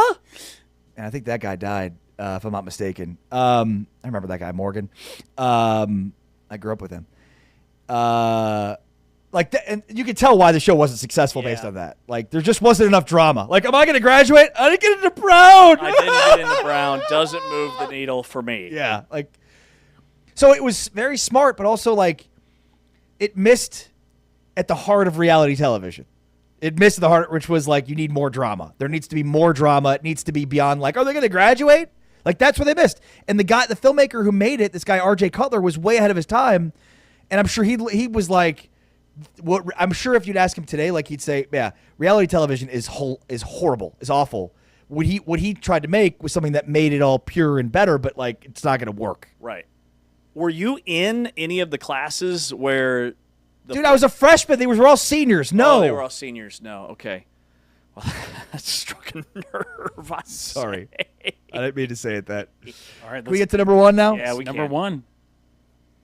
This is the most underrated reality show ever. Okay. Fear Factor. And it's coming back. It's back, baby. I couldn't do Fear Factor. Like, beyond the show? I couldn't watch the show. Yeah. No, I mean, it's hard to watch. First of all, I mean, it helped to make Joe Rogan. I mean, think about what Joe Rogan was doing before his podcast. Yes. He was kind of a failed comic that did Fear Factor. And it's coming back. It's coming back. Cannot wait for Fear Factor to come back. But, I mean, there is not one thing. Is it going to be Rogan again? No. Okay. Guess who's going to do it? You're going to love this. Who's the one person who could do Fear Factor? That I idolize? Ryan Seacrest. No, like who like he could do everything that they do on Fear Factor. Everything they do on Fear Factor? Johnny Knoxville. Johnny Knoxville. Hey, that's another reality TV show. Jackass would have been a good one. So Johnny Knoxville's going to be the new host of Fear Factor House of Fears. I used to really like Robin Big. Is it still on? No. And then they just started Big died, didn't he? MTV would air 24 hours of Robin Big. Like they had like 3 shows during COVID. It was just Robin Big reruns. So good. It was good. All right, number 1 for me is it's a CBS show. Early 2000s. It's still on today. Survivor. I don't watch anymore, but I was obsessed with Big Brother. Oh! Big Brother. I thought this was going to be Survivor when he said CBS. Survivor. No, the only show where lying and whispering in hallways is elite strategy. They would vote each other off, and they would tell somebody, I'm not going to veto you, but then they would veto them. And they also did a lot of competitions, so it was like the perfect storm of you had to actually be somewhat intelligent, have a decent amount of athletic ability, but then also at the same time just be super smart and out-manipulate everybody. Big Brother was it for me. Yeah, it's the game of sociopaths, basically. Like, who's most likely to murder people? Anybody that wins Big Brother. Anybody that wins Big Brother? Yeah, because they're, like, socially manipulating people. It's like activity of a sociopath. Yeah, could probably get away with a lot of crimes. It's a good point. All right, man, banger list. Today we learned that Ari was on a reality TV show in high school, and it now consumes my life. I know what I'm watching tonight. Coming up next, it is The Final Whistle. We'll wrap up the show. This is Big 12 Today on Big 12 Radio and Big 12 Studios.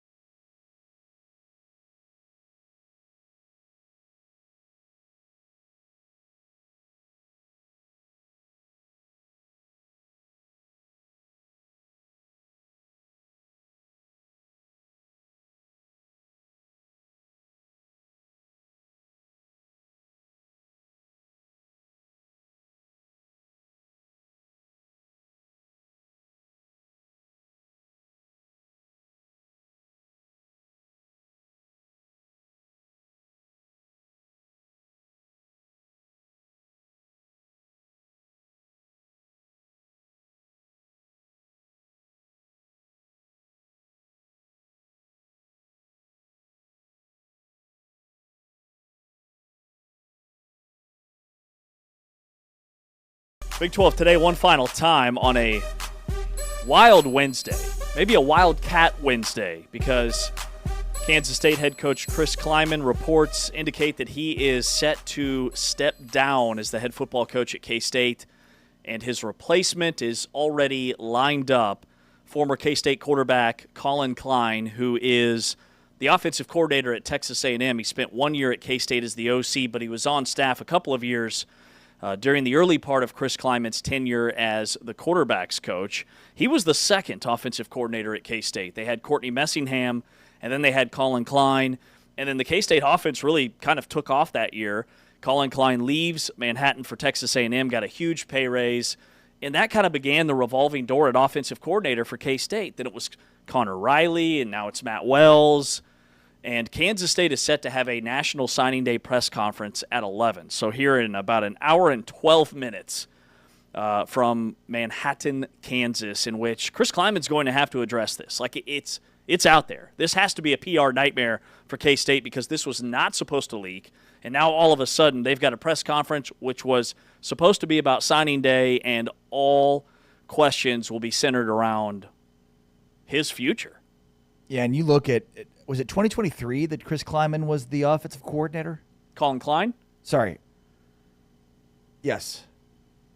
The year escapes me. I think it was 2023, right? Because last year, Wells has been the OC for the last... Then it was Connor Riley That's right. before that. He was the OC at K-State during the 22 season. During 22. Mm-hmm.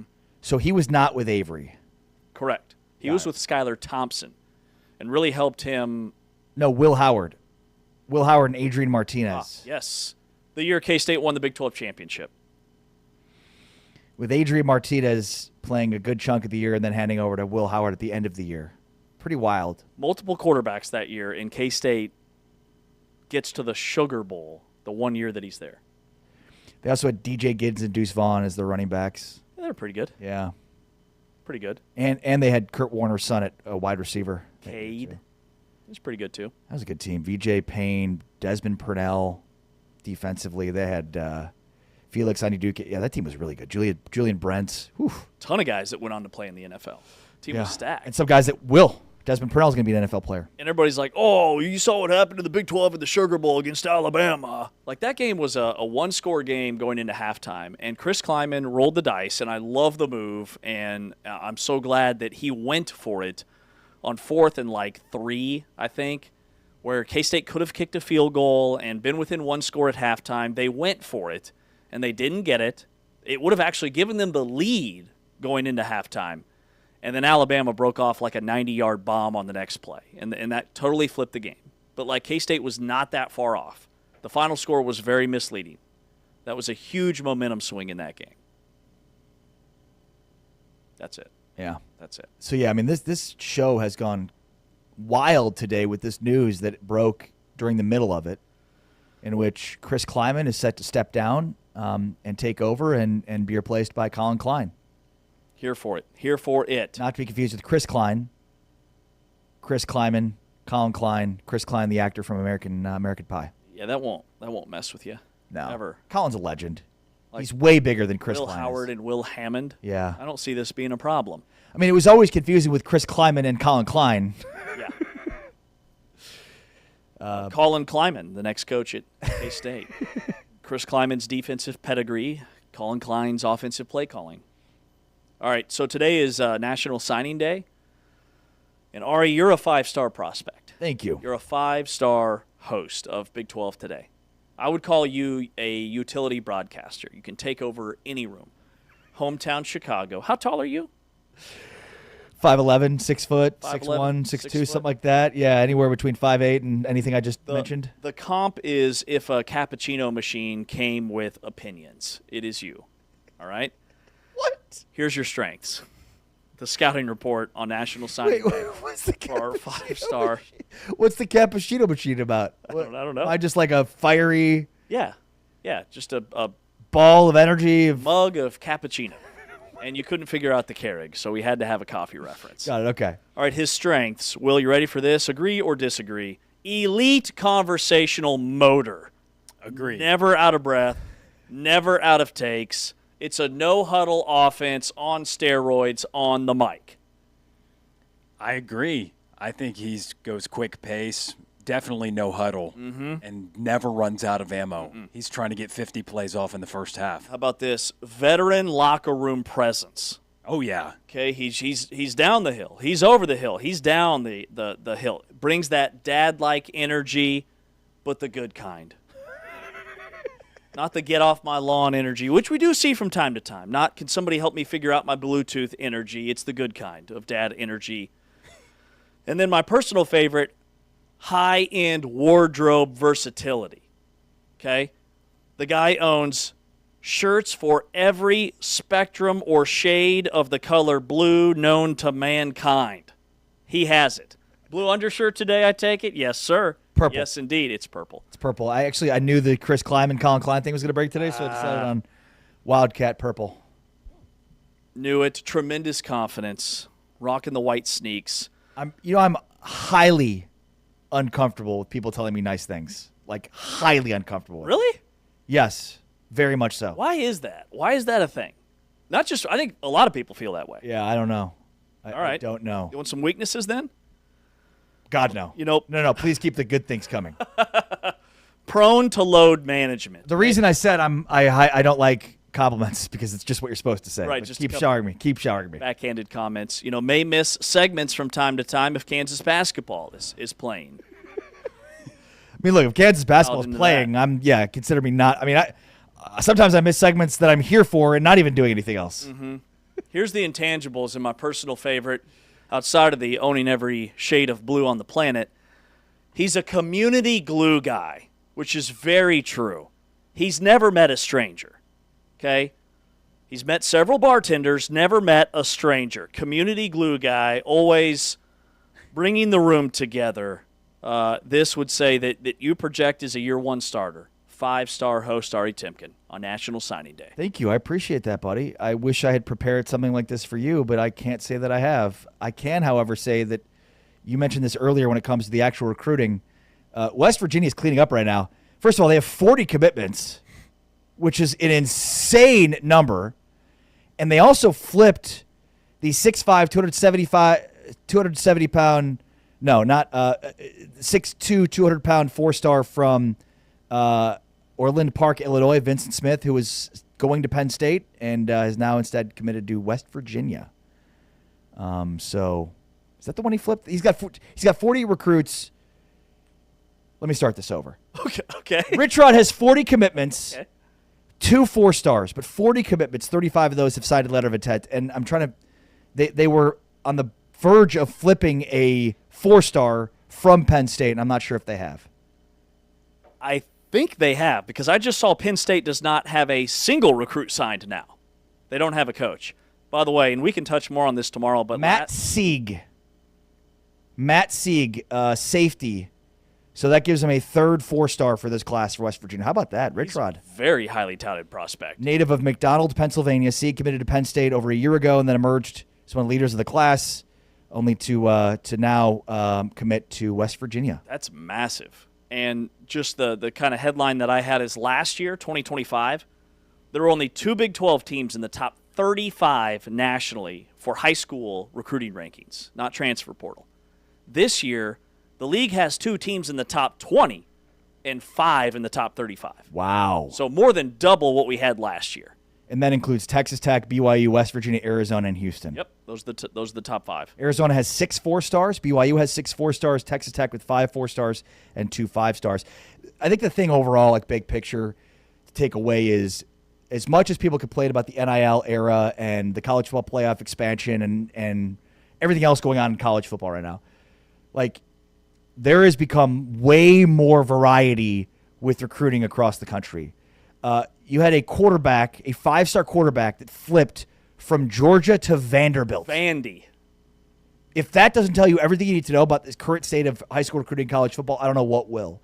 And we talk a lot about the blue chip ratio, which is to win a national championship, every team that's won a national title since the modern recruiting rankings started have had at least 50% of the roster be 4 or 5-star recruits over a 4-year period. The Big 12 does not have a current blue chip ratio team. Texas Tech, if they were to win a title this year, would be the first team ever. Multiple teams have played for the title, TCU included, but have never won a title, being less than that 50% threshold. I wonder over time, as more and more talent becomes more and more dispersed across the country, how much that matters less and less, because there's less hoarding of those 5- and 4-star recruits. Totally agree. Could be Indiana, could be Texas Tech breaking through and bucking that trend this year. Coming up tomorrow, we'll have a K-State insider, more on the Colin Klein to K-State, Chris Kleiman stepping down situation. Press conference in about an hour. This is Big 12 Today. He's Ari Timken. I'm James Westling. Special thanks to Will Connerly, producing and engineering. We're back tomorrow from 8 to 11 Eastern Time here on TuneIn and Big 12 Studios. Special thanks to Anthony producing on the video side as well. We're back then. We'll talk to you mañana. We're out for a Wednesday.